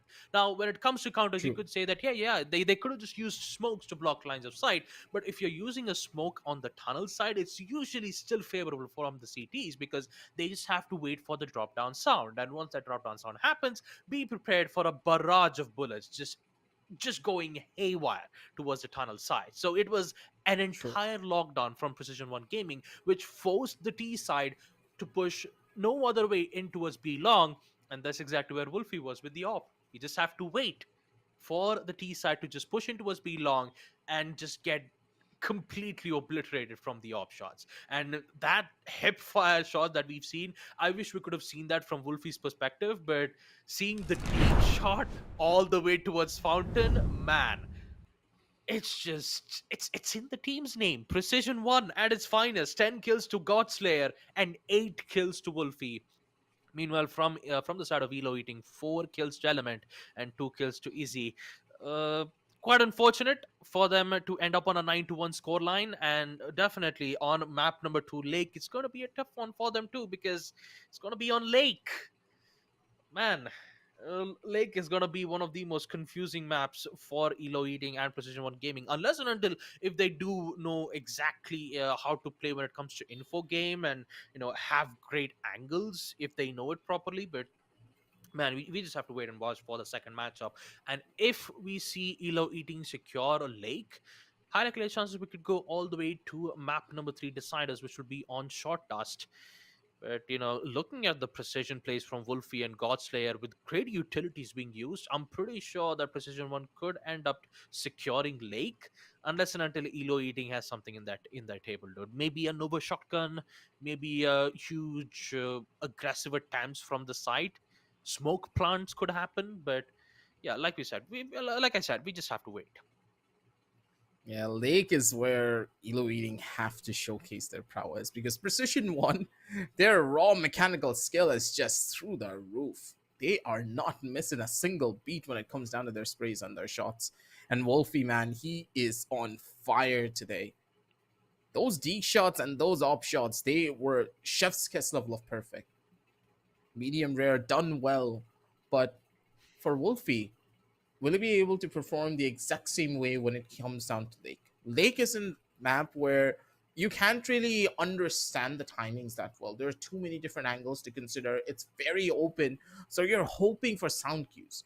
And if you're Hmm. not playing for sound cues, you are hoping to catch your opponents off guard from a different position, from just playing a couple of rounds and understanding their play styles. Because Lake being one of those maps that not many people know, if you don't have proper map knowledge, then you can get caught off guard really easily. And if one person in particular is able to adapt better than the other, then what's going to happen, Baba? You walk towards a corner, the other player already knows your tendencies because you haven't really played that map that much to adapt to something different. You just get caught off guard. And it will happen more often than not. But will Elo Eating be able to go in for the same level of pincer strats that we saw coming in from Rat Syndicate when they played Lake? We don't know. Lake allows for a lot of diverse strategies, but that diversity, it's not that easy to pull off. Yeah, true. Because it like if you know your teammate well, and you can understand his weaknesses and strengths, you can just combine them, make a great fusion into a great team in which you'll be able to understand what can we do in this situation, what kind of plays do we have to do, would we go all the way towards aggressive, or we do get to play strategically. And maybe we'll get to witness it on map Lake, because this is the map where Elo Eating has made a decision to go up against Precision One. So decider being Short Dust, if Elo Eating wants to stay alive in this competition, if they want to have a chance, then they have to bring out the big guns on map Lake, because this is their final chance. And for Precision One, they are one map away to snatching that spot to the Delhi LAN. And boy, oh boy, will that LAN be an amazing event to look out for, folks. So I gotta admit, Lake, oh boy, what's gonna happen? Elo Eating, I'm actually rooting for them because we've seen how great Izzy's performance is. But up against Precision One Gaming, the way how patient they were in their utility usage, Elo Eating needs to do something about this. They need to figure out a solution for this, man. Because if they don't, then Precision One Gaming, they will they will just get map Lake too. Really pretty simple for them to get it over with as well. So many of these different positions just really difficult to get a hold of. That loss coming in from Precision One will leave a mark. ELO Eating, they know what they're going up against now. They were not expecting this level of firepower when they were taking on Precision One. And when you've been humble like this, and when you know what to expect from your opponents, you kind of fall into two different positions. Either you now know what your opponents are going to play, like you're able to adapt and you're able to think of strategies on the fly, but that only comes from very experienced players from teams that have been playing together for years upon years in some cases, and who have competed at the highest level for the longest time. Those are the type of people that can adapt to things like this. You take a pretty massive hefty loss, it's going to hit your mental. And the thing is, will Elo Eating be able to recover from this mentally? That is a real question. It's their map. It's a very open map to play with. And if they're able to get out of the gates running, they have a good opportunity to take over this game and be able to take us down over onto short dust. But it's still a long journey and a big if. Because from what we have seen from Precision One, just as I said before, they chose violence after waking up. They had a hefty breakfast and they're now hungry for lunch. Yeah, you're right. It's actually 1 p.m. They might be hungry for lunch, and I'm pretty sure that they're gonna get it on map number two, unless and until unless and until we might see the other side of the team, Elo Eating, would respond back. Lake, on the other hand, like we talked too much about the maps itself. Lake being one of the most unexpected maps, especially when it comes to positionings. But yeah, for Precision One Gaming, if you just look at their play style itself, it really shows how great they are. And I seriously cannot wait for the double LMs to happen in the LAN event Delhi. The since according to the brackets that we've had, we see team Wicked Gaming proceeding to the finals, and second team being team Rat Syndicate. So Rat Syndicate versus team Wicked Gaming. It's going to be a great match to look at. So we still have two more matches left, right? We have right now Precision One Gaming versus Elo Eating, and then the final matchup between Deadly Duo versus Jode. So these two matches will be the final online tournaments of best of three. So after this, we'll be having a day's break to make sure that all four teams will be prepped and ready for the Delhi LAN event, which will happen in day after tomorrow. So guys who are currently in Delhi, make sure to check it out. It's going to be an amazing matchup. I mean, there's going to be tons of entertainment there. Not only just the CS:GO 2v2 wingman. There is tons of entertainment. You'll get to meet your fellow gamers, have a good talk with them. You'll get to meet you'll get to meet familiar faces too from the other orgs too if you It's get a a lot chance. of So people. make sure to go ahead. Make sure to check it out. Make sure to check out our socials. Link is in the description below for any information regarding the Delhi's LAN event. Everything will be present. And also make sure to check out the Lenovo 5i Pro. Link is in the description down below. Make sure to check it out. And also a huge shout out for our broadcast partner Loco, to making sure that all the gamers out there could have an amazing experience, both online as well as on offline too. And a huge shout out for Lenovo as well for sponsoring this event. But yeah, once again, we're just waiting for match number two to happen between between Team Precision One Gaming and Elo Eating. So, quick guess, aggressive. Since this is the second match for the day, will we see Elo Eating secure match to Lake, or will we see Precision One Gaming end up on a 9-1 scoreline once again? I'm expecting a 9-6 victory for Precision One. Oh, Precision. Okay, 9-6. 9-6 Hmm. because the element of surprise. Come on, Okay. element of surprise for Elo Eating because they are the ones who chose this map. So there's a pretty good chance that they know how to play this compared to Precision One. Okay, nice. I mean, there is a lot of surprise element. I can give you that. But what about the utilities? Will we see Elo We've eating, seen. use maybe a smoke plant, grenades? I don't think so. This map is just not smoke friendly. You know that as well. Like, where do you Yeah, place a smoke that covers the corner? Tell me. maybe in the sight, maybe in the sight. But yeah, close range definitely not a good way though. But yeah, I do have to. Starting things off, man, Godslayer, he's just on point with the shots, man. The USP is just favoring him a lot. 1v1, post plant, Wolfie sees the head, gets it up, and just like that, we see Precision 1 Gaming starting things off with a bang. One round at the hands of CT, which means that they'll have SMGs. But yeah, smokes, even though it could cover long range gunfights, you still need to get information first regarding that. So if one player from CT is currently playing in the side, so yeah, it'll be a tough one for to hold the side if you're placing it from the side itself. So yeah, you're absolutely right about that. There's not really much that you can do. Cross map flashes to just stop them from rushing in. A couple of smokes being thrown from each side. And Dex looking for the spray. Yo. Did he actually buy an AK without armor? Oh no, that's not good. But at least on the bright side, he has covered.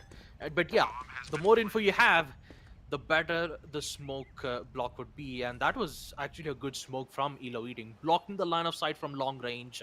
You know, predicted it right that there have to be at least one of the players playing with a scout, and Godslayer would be forced to be using his USP. He's trying to get some weapons.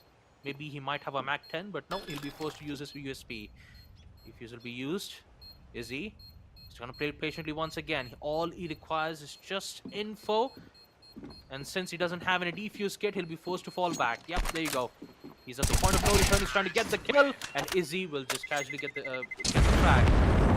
And he'll stay alive too. That is looking good for ELO Eating. Izzy. Patience is the key to virtue. And he knows that since in round number 2 they won't be having any defuse kits, he has to commit to a full 10-second defuse. That was honestly quite admirable the way that one played through. Smart either way. As for now, ELO Eating, they do have the weaponry to play around with, but these deagles coming in from Precision 1, we know how dangerous they can be as well. But on this particular map, there's not really any form of crosshair placement that can get you through stuff like this. You need to worry about a lot of different angles. The flicks matter a lot, and with the smoke now passing away, Godslayer stuck under the stairs. He's Harry Potter now. He lives there. The question is, will he be able to jump out and find a kill? It's the real question. Timing is not in his favor, and Element X catches the tippy toe of his head and takes it clean off. Precision 1, they're down one round, and ELO Eating, they're making it back. Slowly, but surely. Yep. I believe that Precision 1 Gaming has been caught with the Cruciatus curse, so they have to win that round no matter what happens. And I believe that's exactly what they're going to do. They're going to survive. They're going to hold out. Element X all the way deep towards the lakeside. And I'm pretty sure that Precision 1 has no idea. This is a very huge flank, and that flank will be a favored one. Now it's just I don't even know where he is. He doesn't know where he is, and the best part about it is that he knows exactly where the bomb is too, so he just needs to be safe. But Element X is like, surprise, surprise. Rap? The guy just went around the entire map. What? I'm telling you, How do he you had the predict this? broomstick. He had the broomstick. He just went all the way from T's to CT side and just went, oh, what a good.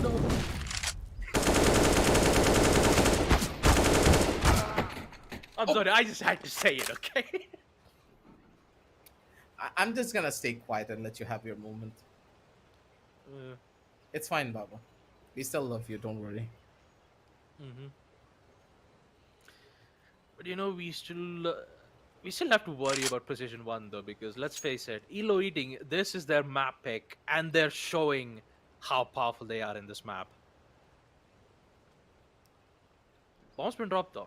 So Wolfie has the advantage when it comes to info, but no, Easy gets the better off of it. Even with an AK in hand, the M4 silencer just does its job. Silent and deadly. ELO Eating just have the entire map in a system. When I think about it, this is bound to happen. The level of adaptability on this map is very difficult to do unless you know what kind of position the T's and the CTs like to play in. God's there, good for the swing, does find it in Precision 1. They take this victory out of absolutely nowhere. ELO Eating, they tried to go in for the same strat again by wrapping around from the back to try and catch this counter-terrorist off guard, but Precision 1, they adapted, they learned, and they understood that, hey, we need to watch our backs because ELO Eating, they're just not taking over the side. They just want to go in for fights. And looks like we'll see Precision Gaming bring back this time. They won't be having any issues though. Even with the smokes being placed from the side, they decided, you know what, since they'll be they're gonna be inside the building, so it's best to have one player play in the house and the other playing for long range. So you have one for info gain and the other for confirming kills. But when it comes to the trade games, that's exactly where ELO Eating prosper. They decide to go with the same thing too. Whoa, great shot though from Element X. Now it's just 1v2 post plant. Good smokes to block lines of sight. Element X doesn't have info, so Godslayer has the advantage. Oh, his location's been revealed. Nice. He just ran through the basement. And once Element X hears the sound, he just went in for a committed pre-fire. 5-3, first half coming to an end. And for Precision Gaming, they're currently feeling the heat, bro. That is for sure. Yep. Pain and suffering is all that they know, but for Precision 1, it's a pretty close fight. Come on, 3-5, 2-round differentials. It's not the end of the world. It's not something like a 6-2 scoreline where it's very hard to come on back from.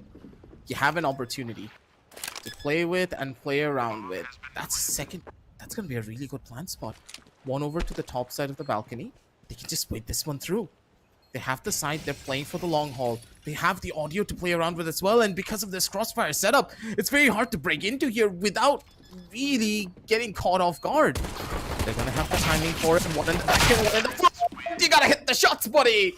And Godslayer and Wolfie, they just have the beautifulest crossfire that you can think of. Yep. Pristine, perfect all around. They have the control, and they're making sure that they make the members of ELO Eating suffer. ELO Eating definitely made a surprise performance in first half. Now in CTs, they're definitely feeling the heat this time. They have to be close, they have to be methodical, but turns out it's not working out well for them. They have the scout in hand, very powerful in long range, but you have to be precise. You need to secure that headshot, or else you're gonna miss that opportunity once again. Post plant. Now the element X is going way too close. The scout hip fire. My God, it just goes straight to the head in mid range. But does he have enough time though? He doesn't even have the defuse kit, so he needs to commit for a full-on 10 seconds. Wolfie will just patiently wait. He knows that he needs to commit for a full 10 seconds. Info being given away. USP still in the hand. Will he go for a commit shot? Yes, he does. What? My God. I'm sorry, what? Don't tell me he has This this. guy is a demon. He's an actual How? demon. Just how? He just swung. I mean, I know he had info, but securing that with a headshot? He needs to get 2 headshots for that.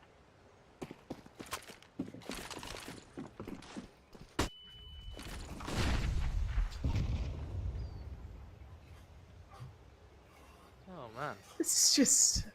You can't predict this. There's no way. Some of these plays that these guys make is just absolutely incredible on Element X. Catching out Godslayer with his pants down, that's gonna be another kill that they will suffer for greatly. The Galil's doing work. From each side, we do see the pain that their teams are going through. He needs to pick up this bomb, and he does not really have any information of what's happening. ELO Eating all the way over towards the spawn side as well. Element X opting for this rap and just catches him off guard. You can't hear the footsteps at all. How can you hear the footsteps? He's on the other side of the planet. No audio cues, no nothing. He's playing the map so well, and ELO Eating, they're showcasing their prowess on this map. The possibility of a 9 and 6? Come on, Baba. There's a chance, isn't there? Possibility for a deciders. Yep, there is still a chance for ELO Eating. And the amount of footsteps that Precision 1 is giving away will give Easy the best shot that he could possibly provide. But it's still a 1v1. Easy could still clutch this out. And Wolfie, he has the site in control, but he's still afraid of Izzy.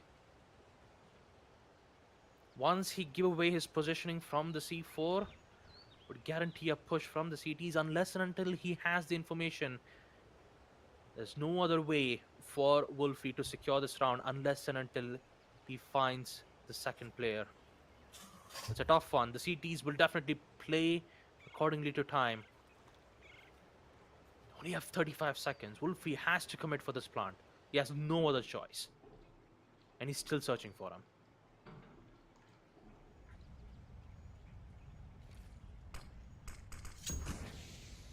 These are tough spots to be in. Can't keep this up, man. Have to worry about so much more positions like this, and Wolfie, he played it to perfection, man. Give the guy a pat on the back because he deserves it.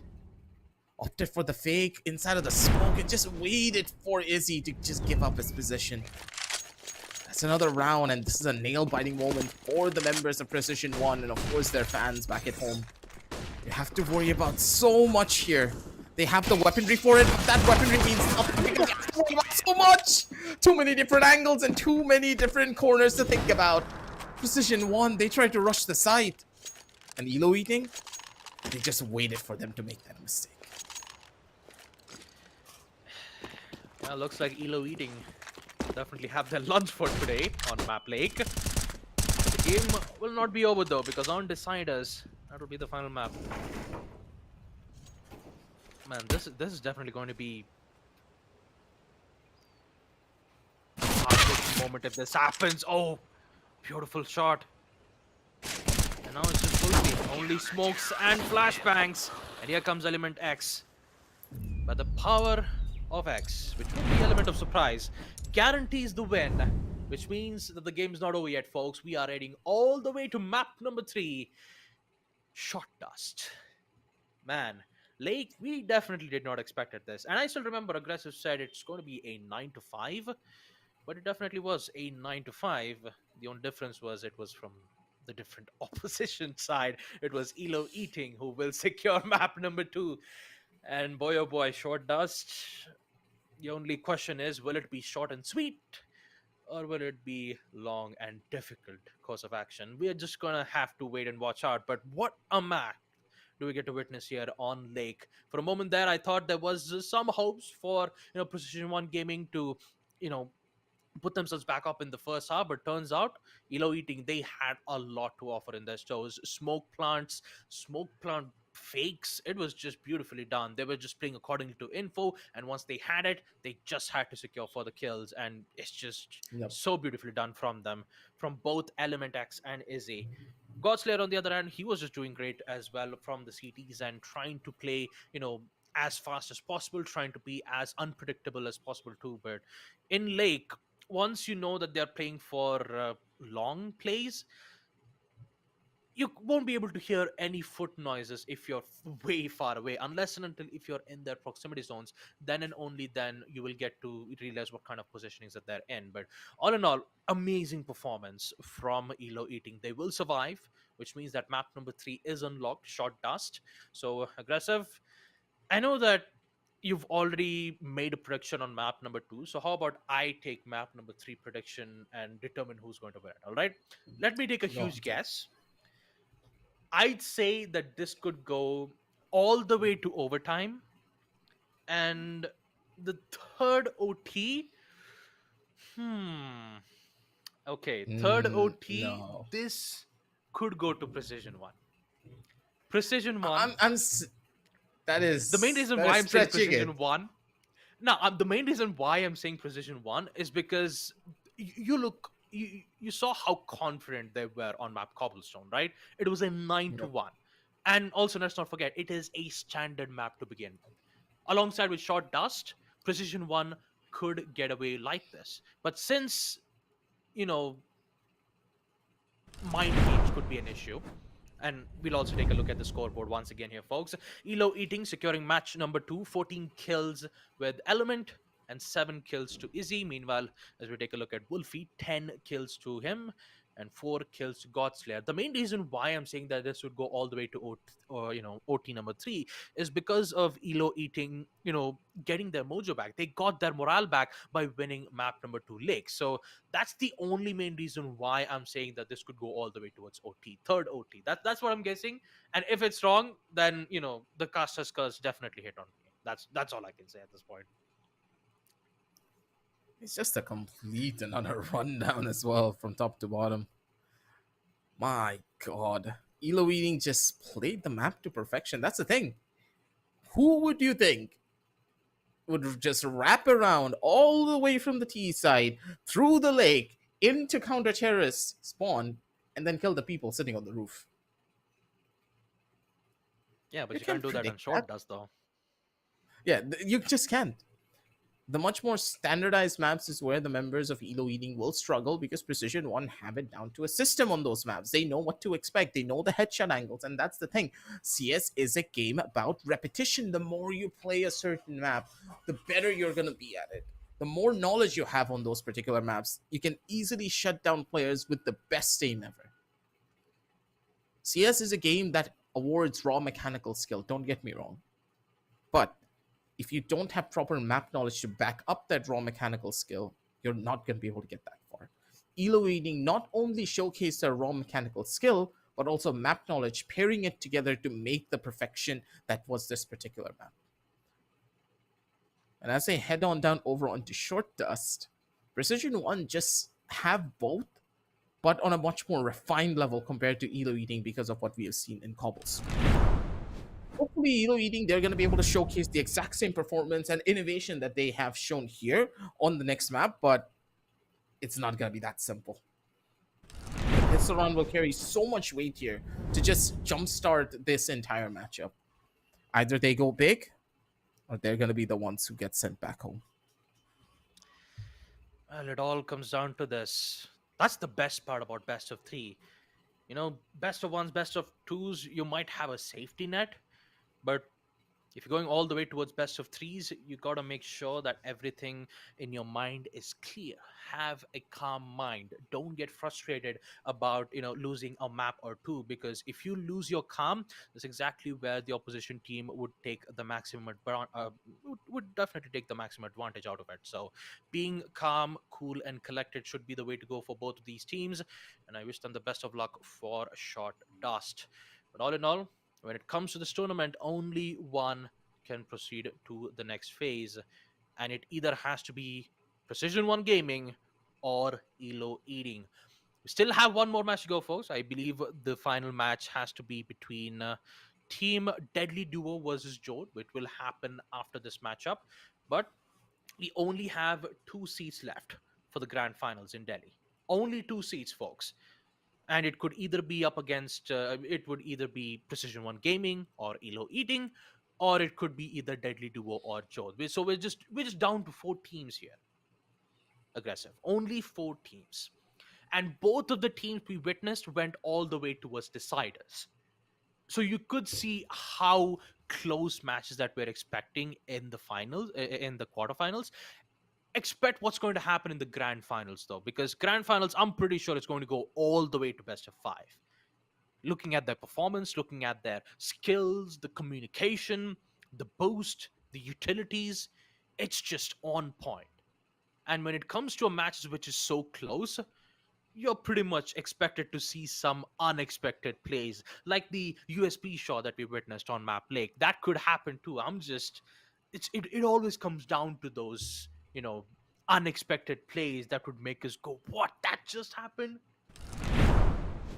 Those are the plays that makes CSGO the main statement, not just the op shots, those unexpected plays that we witness in the middle of all those strategies. One little risky play that ends up changing the whole course of the game. True. It's just that. It's one of those games that you can never really fully predict what could happen. There are moments a player could just be feeling it on the server, and there is absolutely nothing in the world that can stop them. Running through a smoke, he's able to find headshots, pop flashes, just going through beautifully. His teammates are able to give him proper backup, and there is nothing that you can do to stop this particular entry fragger. And when it comes down to ELO eating, now that they have finally picked themselves back up, they should be quite happy because they were able to take a map against Precision One. They're going into a much more comfortable map for them, but you need to be very confident in what you can do as your team. If you start second guessing yourself, that is the instant when Precision One's going to be able to take you over. You won on a map, you still have a chance to head over to the LAN. That's the thing. You have a LAN for Wingman, and you're getting paid 50k INR if you win it all. Yep. That's the entire You price. need to take that opportunity. Yep. You know, just by securing a land spot on Delhi confirms a fourth place spot. It's just, Yeah, it's an instant fourth place spot. it's a Even if you payday. lose, it's a payday. Yeah, it's double elims. You still have one final chance. So even if you do mess up your first initial matchups, you can, refresh, calm yourself down, and make sure you won't make the same mistake again in the lower brackets. That's exactly why True. double elims always gives you that one safety net to ensure that you would have maximum chances to be in the grand finals. But in order for that to happen, you need to make sure that you have a spot first. This is single elims.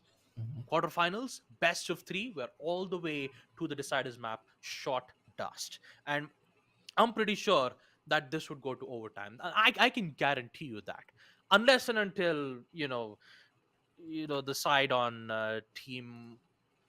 I'm sorry about that. The side on team ELO Eating decides to do the same thing like they did on Cobblestone, which could potentially happen if they get confused, because you saw how Precision One Gaming were really great at Cobblestone, right? They grinded, they have that grind mindset, they know what time do they have to use their utilities, they know at what time do they have to use their incendiary grenades, they know what kind of angles to hold. And if team ELO Eating doesn't do the same thing on short dust, then maybe it could end up on 9-1. Who knows? It could, or maybe it could not. I mean, it's just a guesswork point. But seeing plays from Element X, especially with the final round where he only had the scout in hand and he ends up securing the kill with a 10-second defuse, that shows hope for ELO Eating, that there is still a chance for them. And that's the main reason why I opted in for an OT match point. That's the main reason why. That slight glimmer of hope. That's what I'm going on for. Thinking about OT though on short dust, this no, that Really does not short. happen. Maybe if you said on Cobblestone, yeah, there's an opportunity. But on short Hmm. dust, it's rare to ever see OTs. It doesn't happen often because this is those maps that you just run your way through and you're gonna be able to find the players. Whoever has the better aim in most cases are able to win. This is not a map about map control. This is not a map where utility usage is gonna get you everything. You need to have a proper mix of both decent utility usage and good aim. That is what you need to try and win out on this map.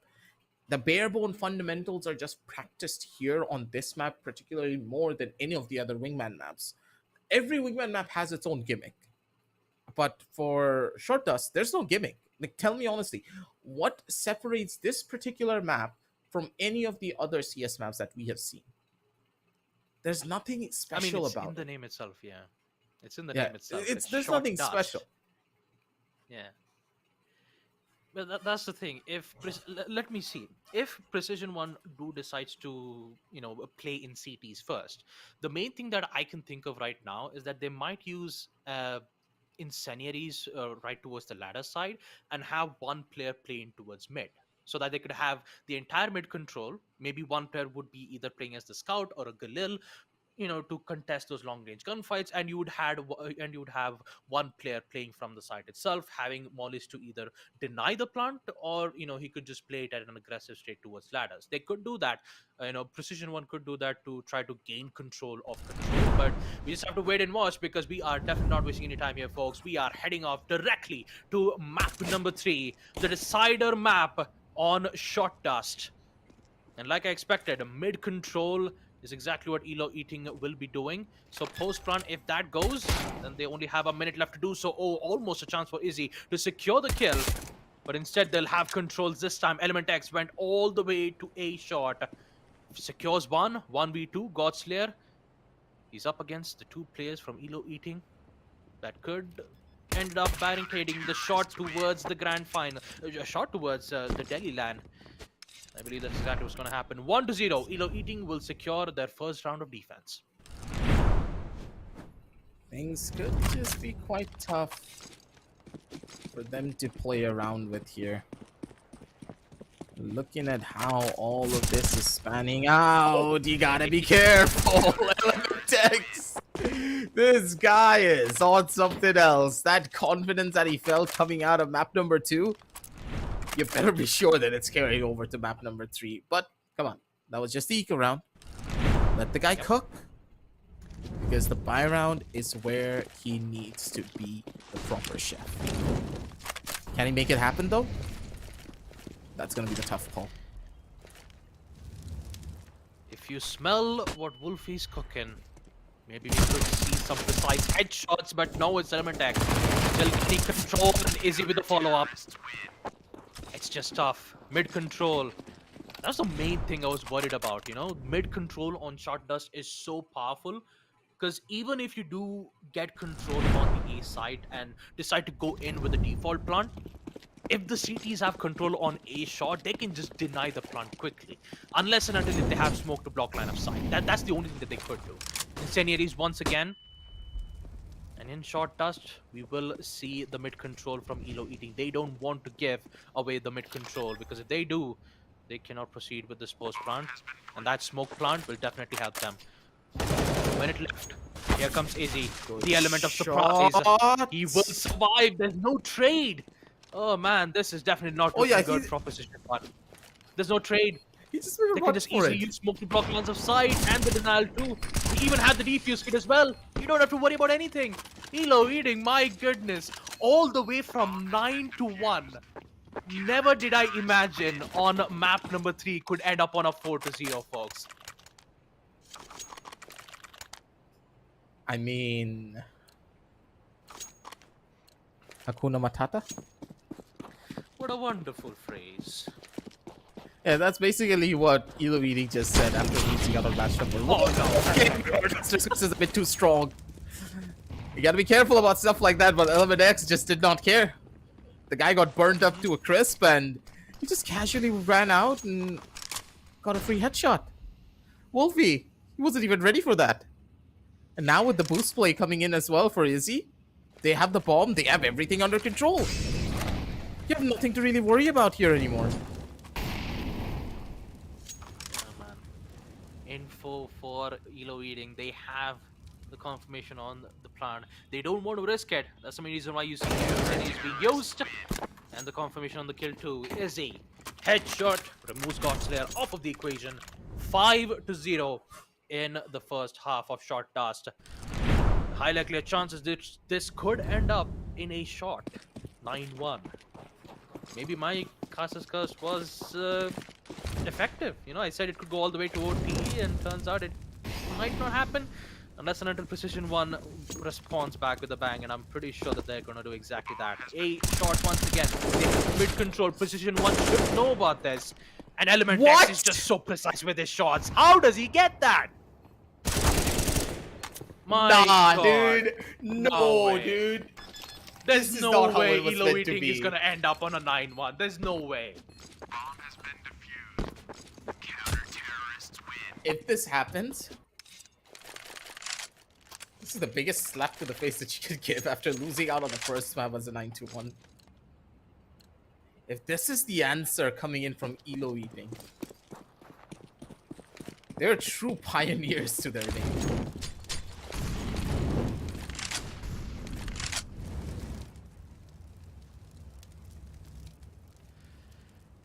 Man, they have to play this very safe. They know that the whole shot control has to be eliminated. They need that keep that side covered.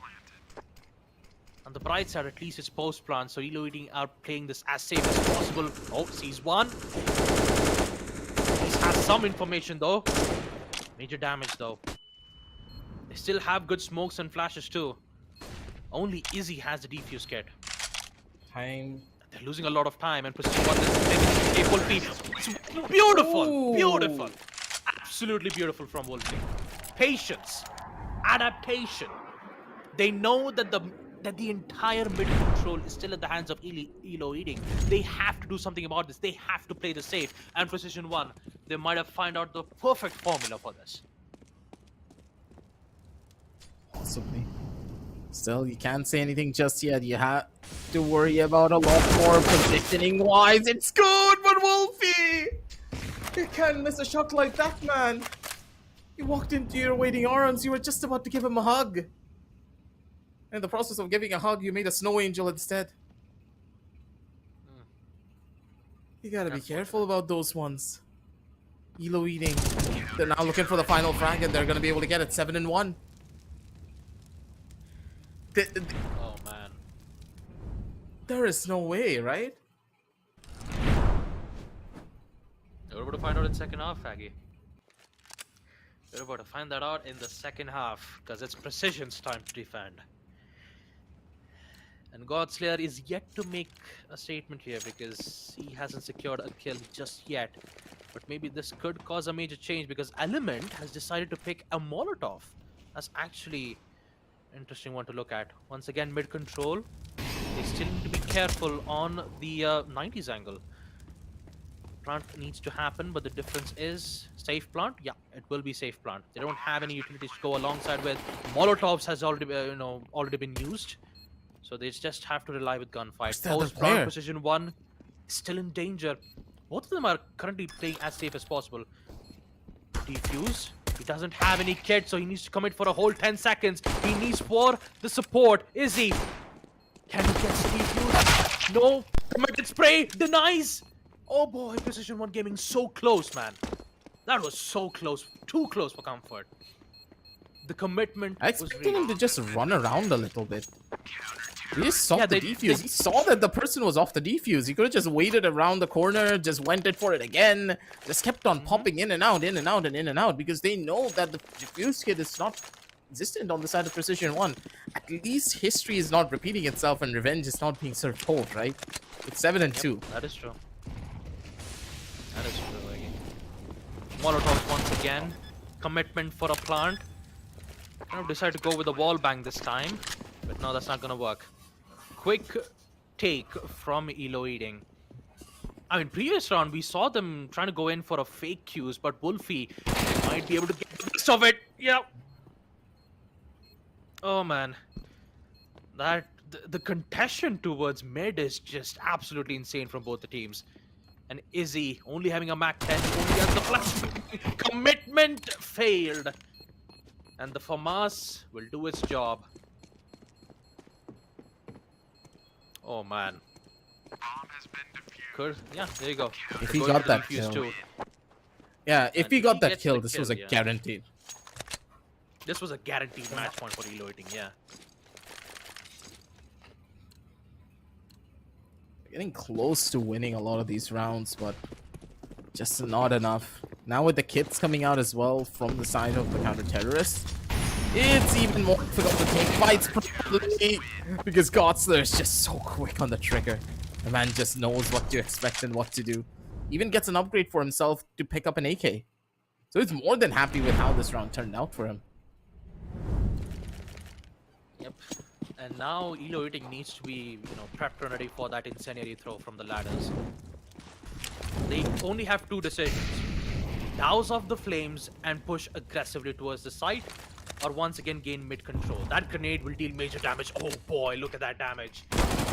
Smoke to follow it up. Both Izzy and Element X are not looking good when it comes to their health. They only have a dig, but he needs to be precise. Element needs to be precise.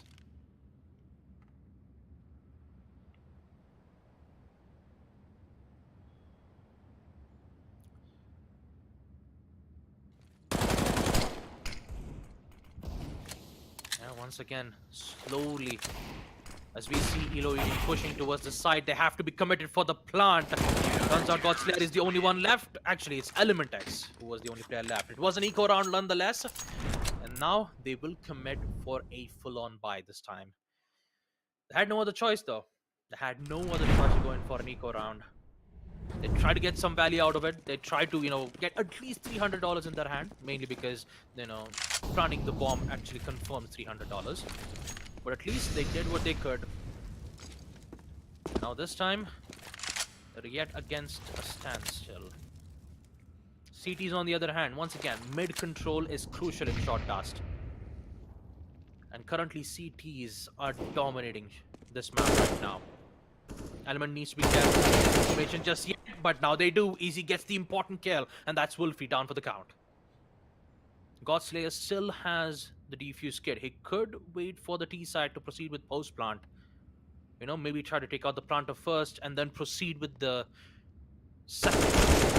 You need to be careful for the trade outs, but you don't have to worry anything about that. Element X will gladly get that kill, and ELO Eating are one step closer to securing the spot in Delhi. Such important rounds. Precision1 Gaming, they can still come back. They still have great amount of money in their hands right now. $8,000. I mean, this was more of like a bonus round buy for them. So even if they lose this round, they still have great money. They have good utilities from their end. And ELO Eating, they need to make sure that this clutch would not happen, but you also need to be careful on mid control. Once again, it's Wolfie. That's 1 second. Oh, a peek and a shot to the head. It's just Element. He needs to find Godslayer. It's always that tough situation for the T side, especially when it's a 1v1. They need to secure the plant. They need to force Precision1 Gaming on post plant. And Godslayer knows that they have to go in for the plant too. It's just the game of infos. You only require 4 seconds to proceed with post plant. You only need 4 seconds. Take your time. Godslayer just knows. There you go, the plant's been given, but no sounds will be given too. So Godslayer has no idea that he's in the site. Not a plant just yet, but Godslayer gets it. Oh, man, so close, man. That was too close. Too close for comfort. Precision1 created being very patient. They know that ELO Eating has to proceed towards the side. They know they have to go for post plant. And mid is definitely off the charts for ELO Eating. But whoa, what a commitment! What a commitment from Element X. Forcing on a 1v1. Breaking the defensive line of sight. All Easy has to do is just secure this. And it's golden. He gets the spot. But Precision1, they're not going to give up that easily. They will play it accordingly to time. They will play it as safe as possible. Both lines of sights blocked. Molotov and a plus. But now he sees the head. Ah, Godslayer. So patient. Such great awareness. And please don't tell me the amount of predictions I do. Please don't. I just hope that my prediction wouldn't end up being true, but it could end up in an OT match point, folks. 8-7, ELO Eating. They're losing the grasp of reality. And once again, you could see the pressures being given towards ELO Eating. They have no idea that they push all the way towards mid, but now they do. Godslayer gets one. Is he? Oh my goodness, he gets it! Denies it! What a close round! They have finally broken the curse. All they had to do was just secure this win. ELO Eating, congratulations. They will head off to the LAN event Delhi. Congratulations towards them. Let's take a look. Let's take a look at those highlights, folks. All the way towards Precision, all the way towards Cobblestone, Lake, and Short Dust. Man, was it a close match. ELO Eating had, they just got 9-1 on Cobblestone from Precision1 Gaming, and next thing you know, they bring it back by winning Lake and map number 3, which could have gone all the way to overtime. What they did not expected was a double commitment towards mid in short dust and ending up securing it. This was very crucial for ELO Eating. You know, losing first map on a 9-1 and then coming back winning 9-7 in the series. Man, I seriously cannot wait to see what's going to happen in the LAN event. That is for sure, folks. And also make sure to, check out Lenovo 5i Pro G. Link is in the description below. And also make sure to tune into our socials regarding updates with the LAN event for dynamic duos. But boy, oh boy, was it a very close match. That I can guarantee you there. Wow. I'm just speechless at this point. The plays that I saw from Element X securing that huge plays from the USP to 9-7 in short dust with Izzy securing the final kill. It was I mean, the thing was that it was perfectly lined. Precision One Gaming had no clue that they were going to push all the way towards mid. They thought that they would rush all the way towards the A side, and they took use of that opportunity. Let's take a look at the highlights. Actually, not the highlights, the scoreboard once again for Short Dust. ELO Eating, 13 kills to Element X. An impressive performance. This guy just went nuts. Izzy with 7, Godslayer and Wolfie, great performance on map number 1 and also on the CT side too.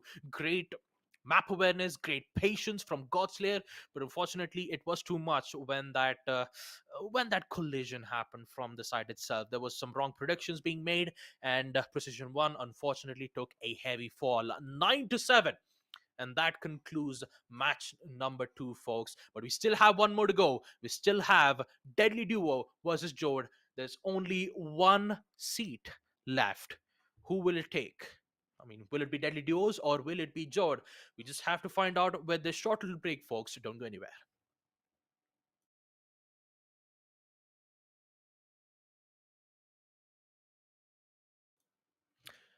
Well, yes. Yeah, we will be going to a short break, but yeah, we just have to go into the schedule once again, folks. Yeah, there you go. Match number 3 for a moment. Yeah, Deadly Duo versus Jode. Yeah, there you go. We just forgot about that. The schedule itself. Match number 3. Now we have our two finalists. I mean, we have our two finalists, folks. We have Wicked Gaming, second, ELO Eating, and now the third, which has already been going through offline, Rat Syndicate, which unfortunately had a forfeit being made from Reckoning Esports. So Rat Syndicate will have a spot. And now the final matchup between Deadly Duo versus Jord. Now we'll definitely be taking a short break and we'll be right back after this. Don't go anywhere.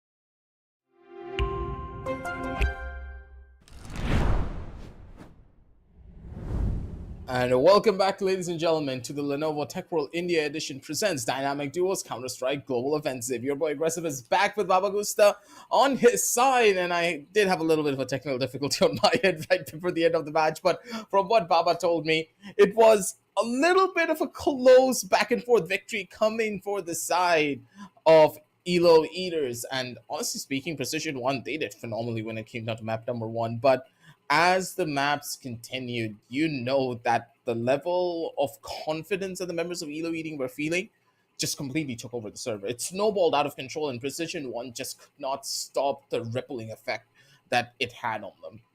Mentally, they were down. They were not able to hold down strong. And ELO Eaters, they're the ones to head on down over to the LAN.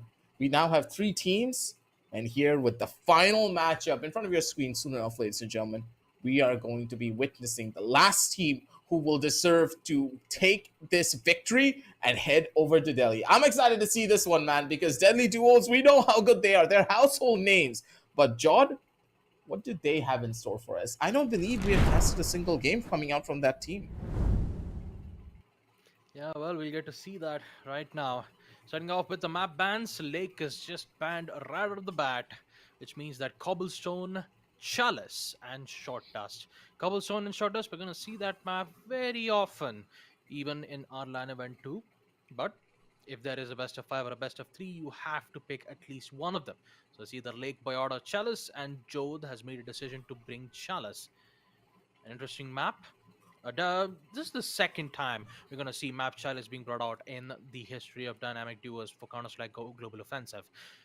But all in all, this is actually the final match for the quarterfinals. The winner of this will have the final spot to the LAN event, which is going to happen in Delhi. And also make sure to, make sure to follow up our socials on Instagram, Facebook. Link is in the description below. And also make sure to check out the newest laptop for Lenovo 5i Pro, Lenovo Legion 5i Pro. Everything, link is in the description below. Make sure to check it out. But now, let's just focus back on the match between Team Deadly Duo versus Jod. Deadly Duo will pick map Cobblestone, whereas Jod, Jod will be the one to bring map Chalice. So let's just not waste any time at all, folks, and proceed to the matchup.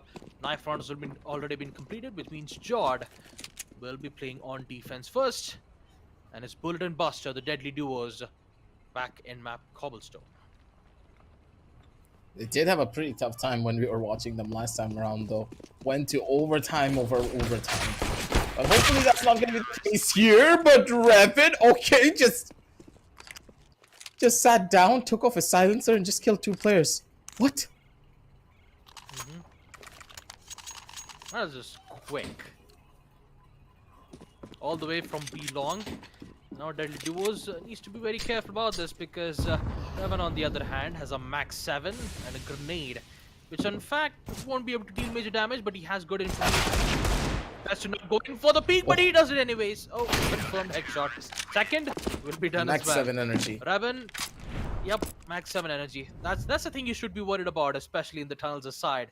If you see a max 7, well, you best run away as soon as you can, because he cannot contest it in short range, especially if he has that great angle. And talking about it, pushes again with the max 7. Revan this time will be long. Doesn't have the information, he does now, but the flashes try to provide some good info, but ends up getting shot to the head. And his kill switch left in a 1v2. This time Deadly Duo has found an opening, and they will gladly use it to full extent. 2-1. Jod will secure 2 rounds on defense, and for Deadly Duo, this win will make themselves back up on track. As Cobblestone, we've seen Deadly Duo face major issues on Cobblestone, but this time it's a best of 3. So even if they do secure map Cobblestone, they still have to be worried about the other 2 maps. Oh, great shot from Revan. To point out there a second one too. Yes, information would be given because the smoke didn't cover exactly as he'd expected it to be. And that information would be more than enough for Jod to establish that to establish the important lines of sight, and Revan won't be having any problem at all to deal with those short range gunfight itself. So Jod is looking very powerful this time. 3-1, and for Deadly Duos, they are currently looking very difficult in the P side.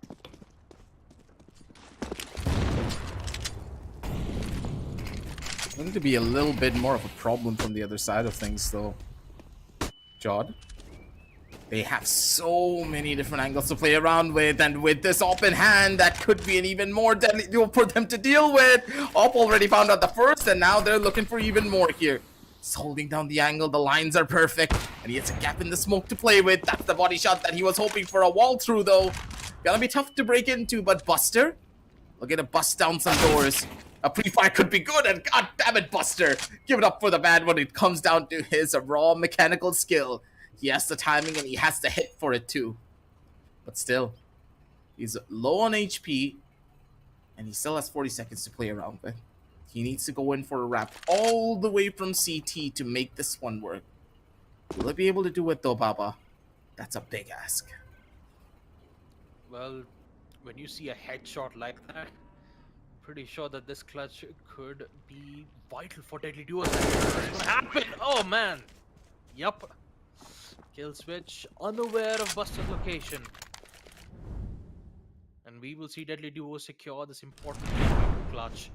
3-2.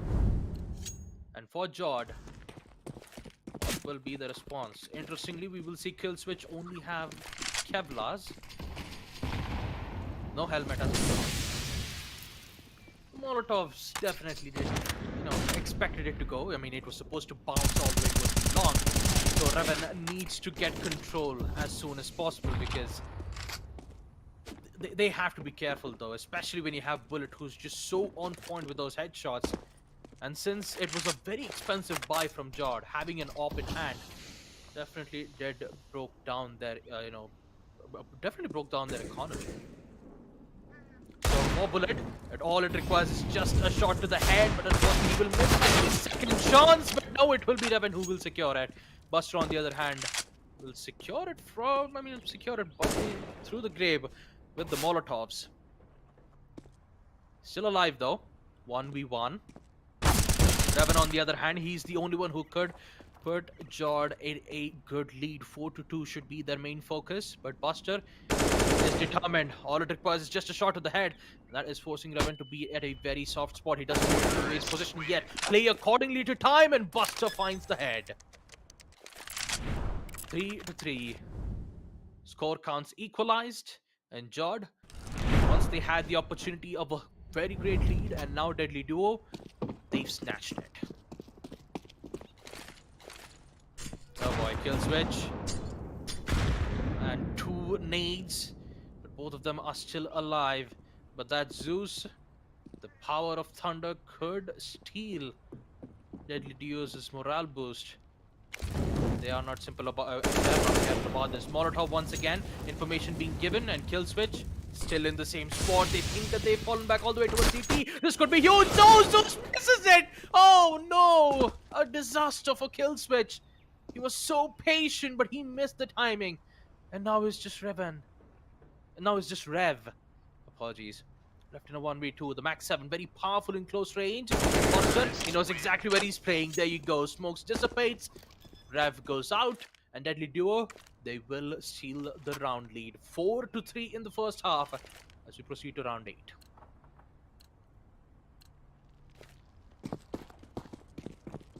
Oh man, this is interesting though. Scouts and op. I love how Jod is just changing their play styles, changing weaponry one by one. Now it's just long range gunfight. Scouts in hand will tag Buster so much, but it's still not enough. Headshot. Revan just follows it up with a hip fire, which will secure the shot. Both of them are so low on HP, and Buster gets it. Just beautiful. Beautiful peek, beautiful headshot. And he'll be able to end the first half on a 5-3 scoreline. Second half, it will revert back. But I just love how Jod just changes their strategies. Usually you'd see, a strategic push with smokes and flashbangs. But this team loves to go above and beyond. Max 7, shotguns in long range, scout and op in long range. They would love to take these kinds of risks. But going up against Buster, who is so precise with the headshots, it's going to be very difficult. The bullet, beautiful shot, and the second from Buster. There's not a lot of problems for them to deal with. And for Deadly Duo, they will casually get that round win. Sorry about that, the small technical difficulties, but I was still watching out the games, and goddamn, Buster and Bullet, they're back in it to win it. Like, after what happened initially, the 3-1 scoreline, I was expecting a lot more problems to start showing up. Deadly Duo not being able to make things work out in the way that they wanted, but now that they have gotten the groove, now that they've settled down into the map, plus being on that CT side is just giving them that little bit of an edge that they required. Bullet so precise when it comes down to his aim, and now kill switch up against the entire world. 2 players staring down the barrel, and there's Tech9 trying to do God's work out here. He needs the taps, and he needs to get them one by one. Timing is key, but he's not able to get anything done. They're just both staring at him. He can't even isolate any of these 1v1s. What is he going to do to try and circumvent this? Is he done for Rats?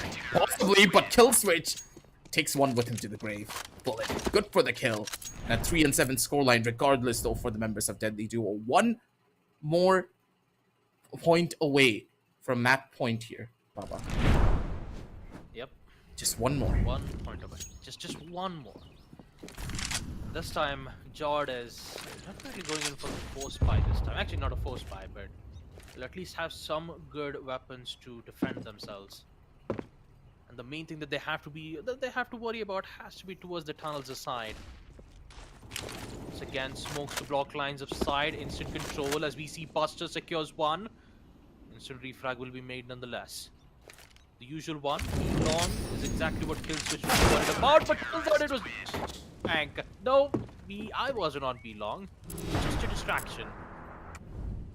Oh boy, pretty smart though. That was very smart. I gotta give him that. Clean, precise when it comes down to the shots. And Jod, they don't know what to expect. How do you even counteract some of this? The flashes are good, the utility is present, but the raw mechanical skill of Deadly Duo is just so hard to beat. How do you take over fights against this team?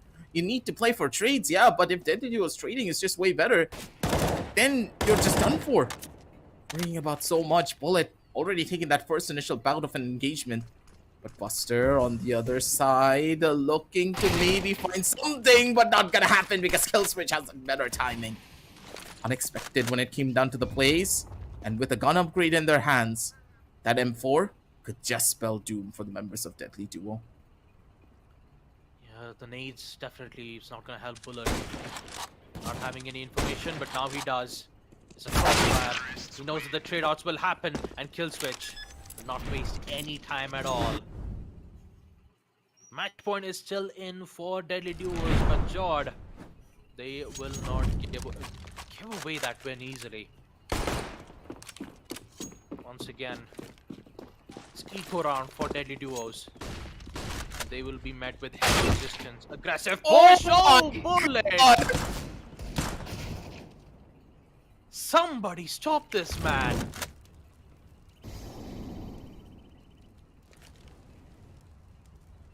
His name says it all, a bullet straight to the face. The guy just knows how to hold his crosshair perfectly for these engagements. Now for Buster's time to shine. He has to have the timing for it, and he's able to get the wrap. Timing is good, but the shots are just not as present.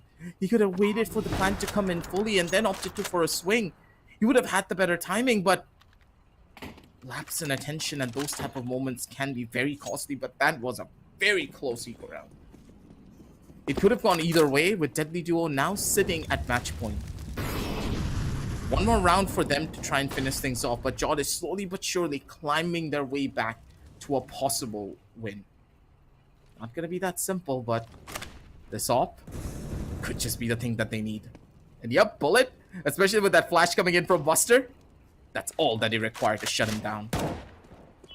They even have confirmation on the bomb too, so they'll just focus on trying to force Killswitch to be in that position. Bang. While here comes Buster all the way from behind, and there you go. It's confirmed. 9-5 Deadly Duos will secure their first map on Cobblestone, which means that map number 2, I believe it's either Chalice or Short Dust, which will be the map which will be brought, which will be brought up in the second map itself. But Chalice. man, yeah, Chalice will be the second map, and I've got to say that bullet, Jesus man, that eagle shot, my God, it's just, especially on an eco round like that when a guy has so He has nothing to much lose. utilities in his pockets, if you just get one deed out of nowhere, just imagine the amount of money you invested in that round.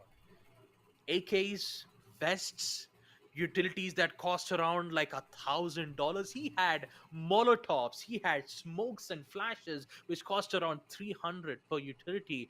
And when you see that getting dinked in the head, imagine the amount of value it got just from that one shot. You still got to I'll be be careful very with that, man. honest.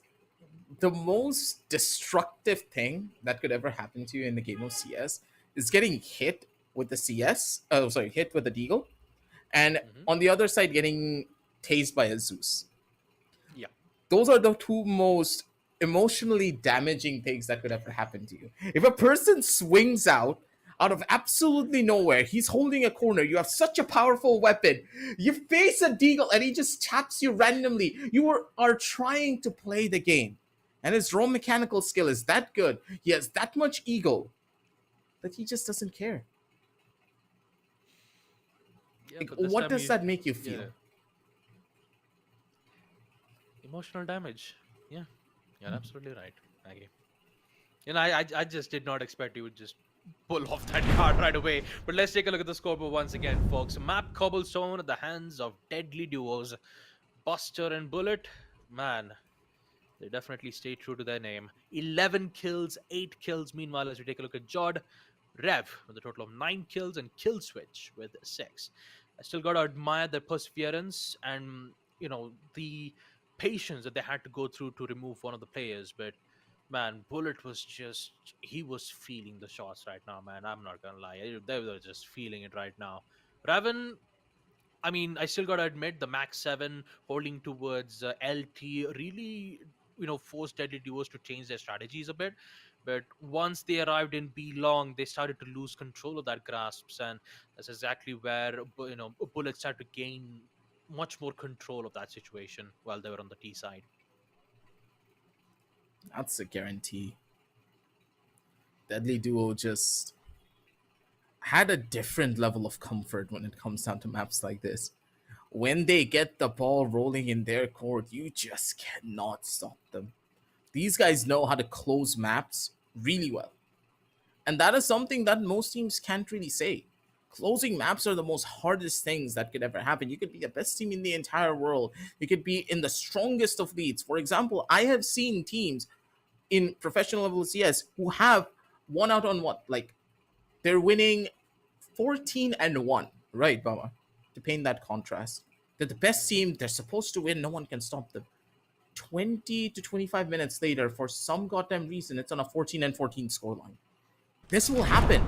Teams need to learn how to close maps out, and the teams that can close maps really well are the ones who are able to go in for proper wins. It's not about taking that lead, it's about knowing how to finish things off. And for Deadly Duo, they did that phenomenally. First map, done and dusted. Second map is where things will get a lot more interesting as we head on down over to the veto. Because we are headed over onto Chalice. Jod is the team that picked this one up. So my hands are up in the air for this one, man. Either or. Because raw mechanical skill, yeah, on this map, it can shine really well, but general and basic map knowledge is a requirement. Do Deadly Duo even know this map? You never really know. If Jord has picked map as Chalice, they must have picked it for a reason. Because even though Short Dust and Cobblestone will be played, you know, will be shown like every single time, you still got to understand that there has to be that one surprise pick. We saw that same example in the previous matchup when we saw, you know, when we saw the team Precision One Gaming going up against ELO Eating. ELO Eating was the one who picked map Lake, and it definitely caught Precision One Gaming off guard. So this second map pick from Jord, if they are very confident on map Chalice, this could be the make it or break it moment for them to put us all the way towards the deciders. We've seen that happen True, true, once, true. but knowing that they're going up against Bullet and Buster, the two most recognizable players in the Counter-Strike history in India, it's going to be a tough. It will be a tough decision for them. So they need to be worried about their economic growth. They have to worry about the gunfights that they have to go up against. See whether if they have to go in accordingly to trades. And now, with Chalice being opened up on map number 2, Jord currently the ones on match point. Or is it Deadly Duos? Deadly Duos are the ones who secured match point. Whoa. Okay, not quite sure what exactly happened, but Bullet on the other end. Okay, just One taps. he just taps it. 2 taps. They know me for my one taps, right? Mm-hmm. Poor old He just Buster was not even clicked ready for that. and click. He just clicked. Pure, it was just so precise. It's a point and man. click adventure. Yep. It was just. That was quick, man. Yeah, Bullet- it was a point and click adventure game. Yeah, it was a point and click adventure game. The only problem was that, once it was just a 1v2, Bullet was like, all right, you know what? Let me just calm down and have the play of the game. It's just peaks and just gets to. No flashes, no smokes, no nothing. He sees the head, he clicks it. Next thing you know, we're already up with 1-0. Yep. It's just the pressure, man. It can be very mounting and it can get to you quite easily if you're not careful. This is one of those scenarios that, okay, 2 players, they ran out. Poor old Buster wasn't even ready for that. He got tapped out of existence. And then you have to worry about the other side of the spectrum. Bullet had Holt's control, peeked out, spotted both of the players because Buster gave him the information. He just casually went in for his raw mechanical skill plays. That's the thing. The level of mechanical skill that the members of Deadly Duo have under their belt is what's really difficult to try and counter. How do you counter a player that is that mechanically skilled? You throw flashes at him, but unless you have a proper flash lineup in mind, it's difficult to do. Oh man, here we go once again. Bullet. He just went in for a full buy this time. And also a risky buy. 2 Kevlars. Bullet. Man. He didn't even give a chance for that peak. Ref will be so confused right now. I mean, look at the confidence I'm seeing from Bullet right now. Round number 2, you'd usually have a Kevlar armor and a helmet, because usually it's an SMG. You definitely need that helmet. Buster on the other hand, sees the head. Oh, he doesn't Want to go in knife for the it. knife, but I decides- thought you would knife Yeah, it. I mean, he doesn't want to give disrespect. He will definitely respect the player, though. Rev has made some incredible plays on map Cobblestone, and definitely he doesn't. He didn't want it to, risk it, Yep. It's important to be in a proper scenario, and my god, that's a lot of damage.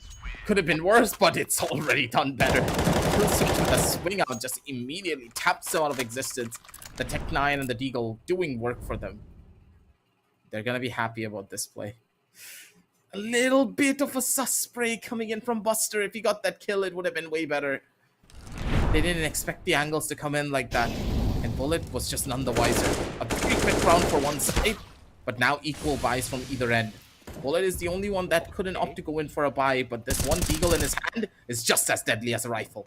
And Buster, even well. Body shot, he knows. That wall went up. Yep, he knows. Bullet just gets it. I mean, shooting at that through the wall, putting Rev on 16 HP is definitely a worrying cause, because if you somehow figures out a way to deal less enemy without using any utilities, that is the best value that you can ever get. Smokes and flashes. Okay, kill switch being much more aggressive.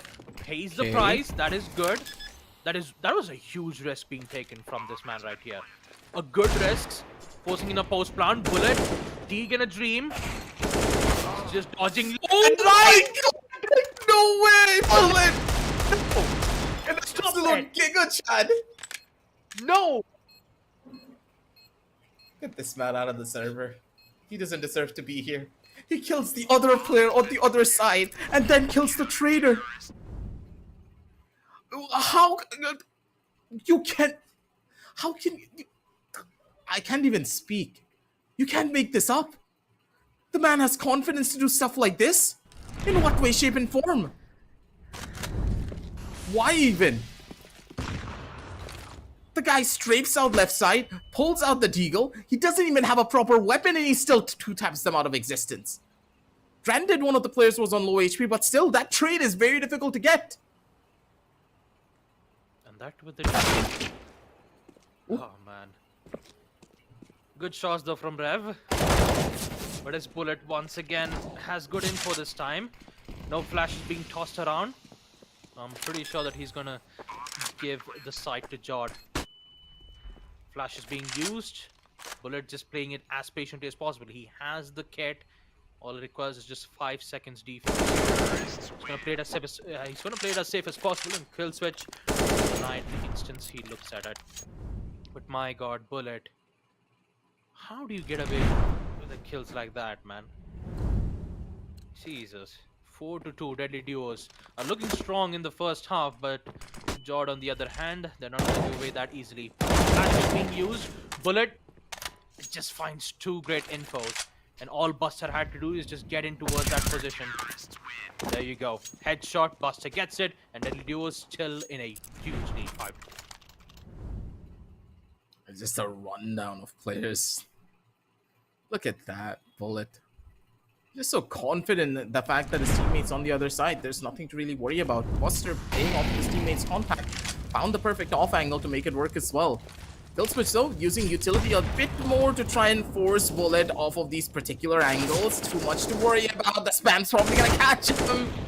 Not really happening just yet. Now Buster, he's also playing with fire. Nate for good riddance. Doesn't really find a lot of damage there. But with a double up towards the side, the members of Jod, they could just have a timing for this. Oh boy. But Buster, Flashes. risk is the name of the game for him. Swing out from the side, but Revan's gonna be good for it. He expects to play, and he's able to capitalize. There you go. 5-3. Huge mistake for Bullet to be in that position. Especially once the Molotov gave away his positioning, you saw that he just fully went in to go in for a committed pre-fire, hoping that he would remove Bullet out of the equation. Even though he did not, putting himself at a major disadvantage to just 30 HP is not a good way to, push all the way towards A long. He did kind of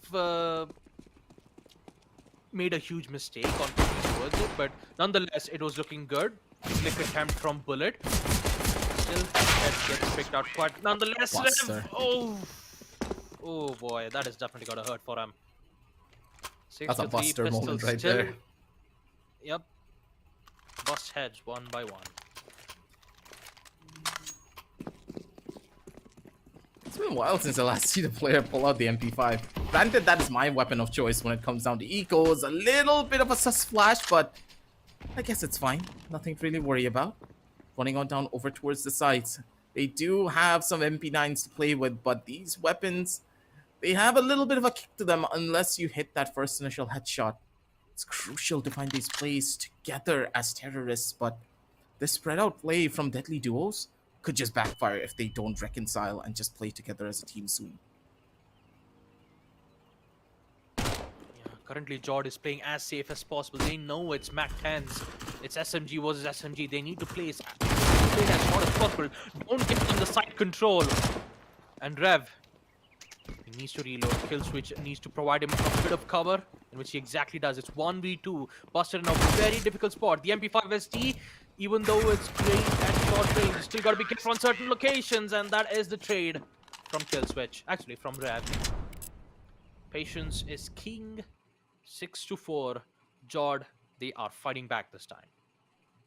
Yeah, Bullet went in a bit too preemptively. There was no way Buster could have traded him there. They needed a better angle for that fight. And Deadly Duo, they are paying the price for it very slightly with their own lives. And Revan, capitalizing on the missed shots, going to be able to find that kill. Now Bullet, what's the game plan here? Good for the first, but he's not going to be good for the second. He has no info on it. Good eco regardless though, because now they're able to go in for the proper full buys with the AKs in their hands. And these AKs, they need to bear fruit right here and right now, because Jod, if they're able to take this, not only are they able to equalize, they also then have a stable economy to play. And that eco could just spiral out of control. Yep, the opening pick from Buster has the second info. The smokes will be used too, but the thing about it is that the C4 is still at the hands for Bullet. The only difference is that he doesn't have any information. The bright side is that he knows that Rev has been tagged. Just pick for info, go for plant, force Jaw to be in a post-plant situation, and that's pretty much it. But unless and until if he doesn't have that information first, if he cannot confirm the information, Ringing around the then rosy. going in for a plant, yeah, exactly. It's just a ring around the rosy. He couldn't even go in for a smoke plant at that too, so he needs to get this kill. There's no other choice. If he goes in for a committed plant, then Rev would just easily get the kill, no matter the cost. Info. There you go. Smart. These are the situations that you just do not bring in utility into play whatsoever. Just need to hope for the best and run into the side, because that is technically what you really need to do. This is one of those maps that you won't really have a proper timing or a sense of from time to time. It's going to be a tough one to break into now, though, because Deadly Duo, their economy has taken a pretty hefty hit. Stuck down to only Deagles. Does find the shot, Buster. Wait a minute. These Deagle shots are just so good from this team, and they're making things work. Last player's already been spotted, and they're going to be able to run it down through. Footsteps already being given away. So, Jod, they're giving away all the information, and the gun's now in the hands of the terrorists. Ow. That was a ding to the head, and Buster is somehow alive. It was a wall bang, but no kills, which might have a chance. This is looking good, Buster. Oh man, that M4 could have been the make it or break it moment. So he's gonna go in for a defuse. Smoke defuse this time.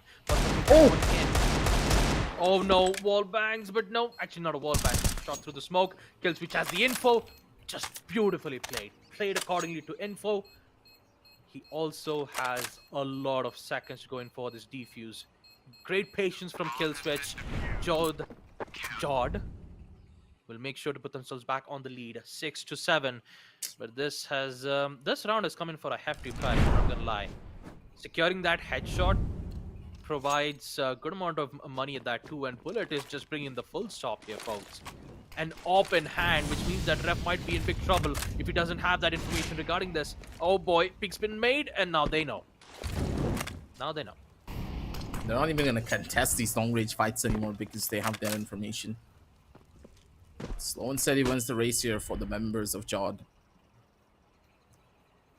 But with this timing from Bullet, he's pushing up this far with an op. Buddy, they can hear your scope. They already know you're this close. And that will hurt. People do forget from time to time that scoping in with an op makes a lot of noise. And that noise can easily give away your position. Now Buster, he's up to the plate. We can see them, and Buster's good for the first. That's a hefty kill for him. And he's able to find the plant as well off of this. No footsteps being given. Fake plan to maybe draw out some attention. No one's giving him anything. Buster, he has the read. He just needs to find the shot here. Gonna be difficult to get it though, regardless of it. Footsteps coming in from the side. Bombsman already planted. Jiggle from one. He's going for the swing, and he's expecting this to happen. Eagle in hand. He needs Jiggle again, and Buster with the spray. The control is there. Cool as a cucumber, and as deadly as a bee. He finds the sting, and he's able to keep it alive for his squad. No more match point just yet. And Jod, they're stuck on the deep end. They don't have money. They're forced into FAMASs and MP9s. Man. What a clutch, though. What a clutch from Buster. He's just patient with his peaks. He didn't even commit it for the kill. He only committed for the info. And Trevor, on the other hand, thinking of pushing in through the smoke. Oh, he has the smoke. The smoke dissipated at the wrong time, and here comes Buster for the recovery. Trades will be made. He has He needs to get this kill in, which he does. So close, man. So close. Oh, boy.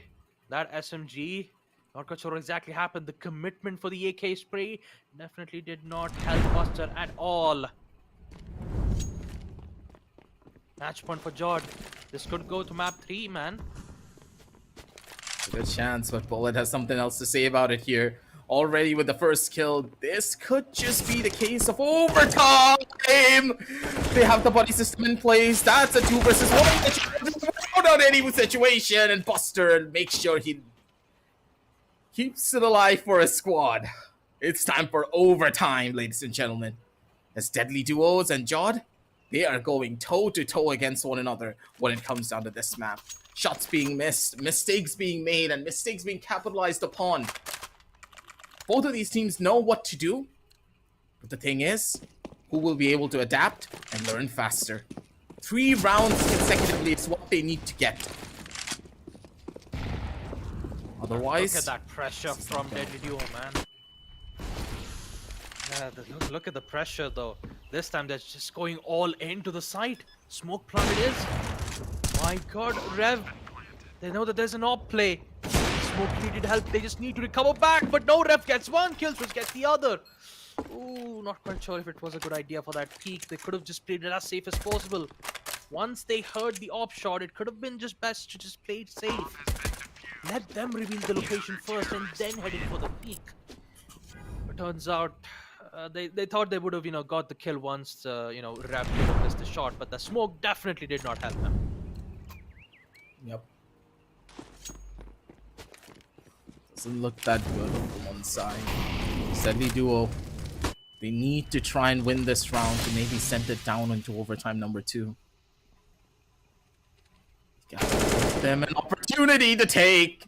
And Rev, that op's not gonna be able to. The spray's gonna be better from Bullet. And he does find the final kill up. 9-9 as we head on down over into overtime number 2, ladies and gentlemen. 2 rounds consecutively, and after the round swap, you need to get 1 more on the opposite side to take a win. And in overtime number 2, what's the game plan here? What is the game plan? Golden and Buster, they're the ones on the CT side. So, what did they have in mind? Yeah, the CT. Yeah. And ops in hand. Jeez. On a map like Chalice, this is starting to get tense.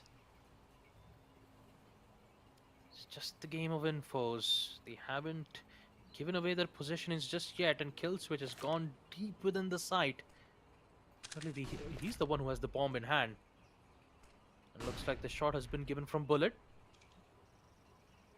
Will give away his positioning, but just not yet. Just going to play accordingly to time. Play accordingly with info, and Killswitch currently might have the advantage if he finds one of the players. You can get up there? Oh no, there was a jump attempt. His position might be revealed though.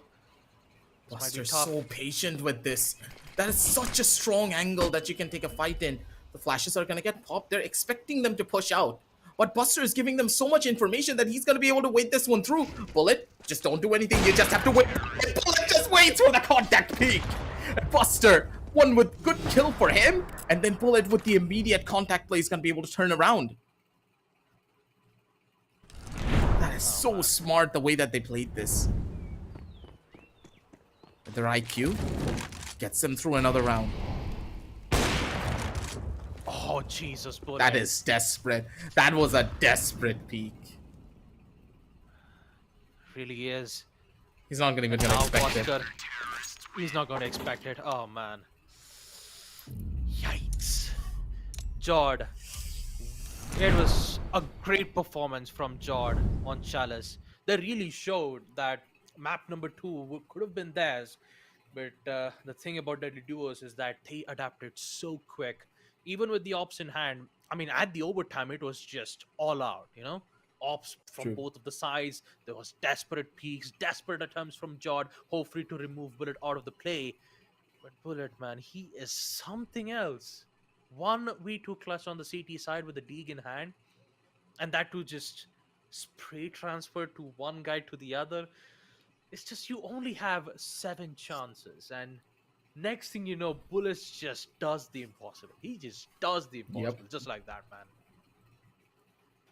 He just takes out the op, and he casually just sends them over. It's something that you can't always quantify. The way that Bullet plays, the man knows how to hit his shots. And if you allow him to take a fair one-on-one gunfight, 9 out of 10 times he's going to win. You cannot give him that opportunity to take you on in a 1v1. Just make him uncomfortable with utility, use a smoke, get an off angle. You need something of an advantage to go up against him. And for a lot of the rounds, Jod did that. But at the very end, I do believe they just lost hope. Revan started running through a molly. Yep. That made no sense.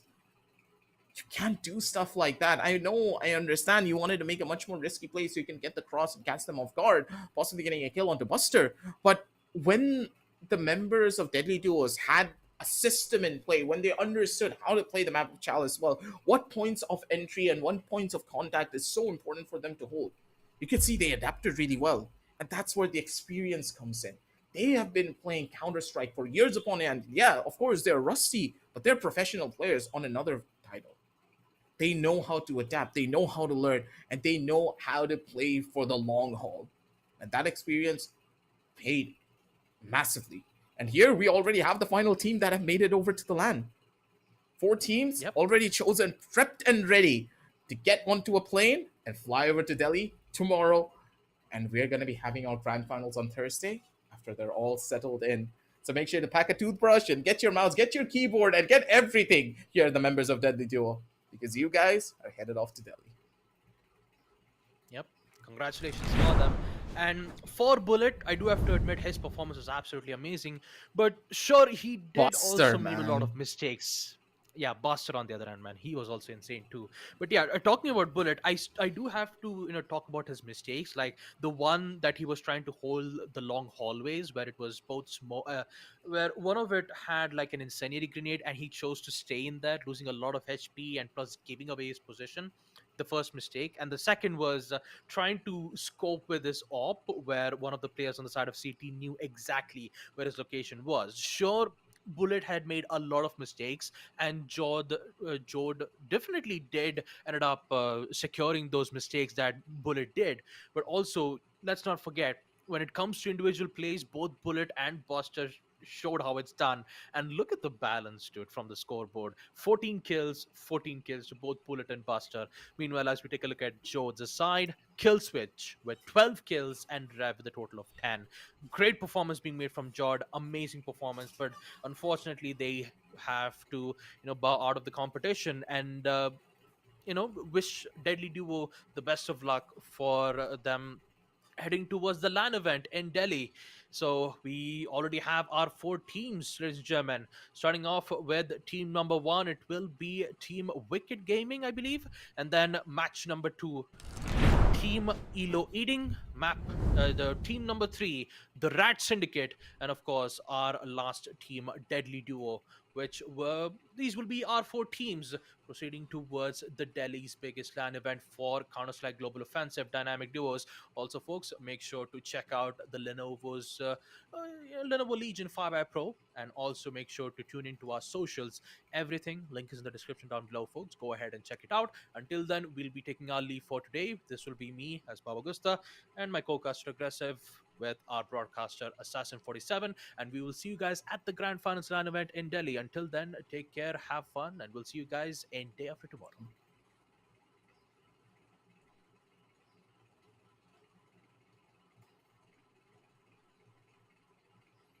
I do believe that we have a Yeah, little bit more time. Yeah, I don't. Yeah, I think we still have a lot of time. Yeah, I do have to apologize once again. I mean, I believe this is the second time I just went into was like a silent statue T pose for like 5 to 6 seconds.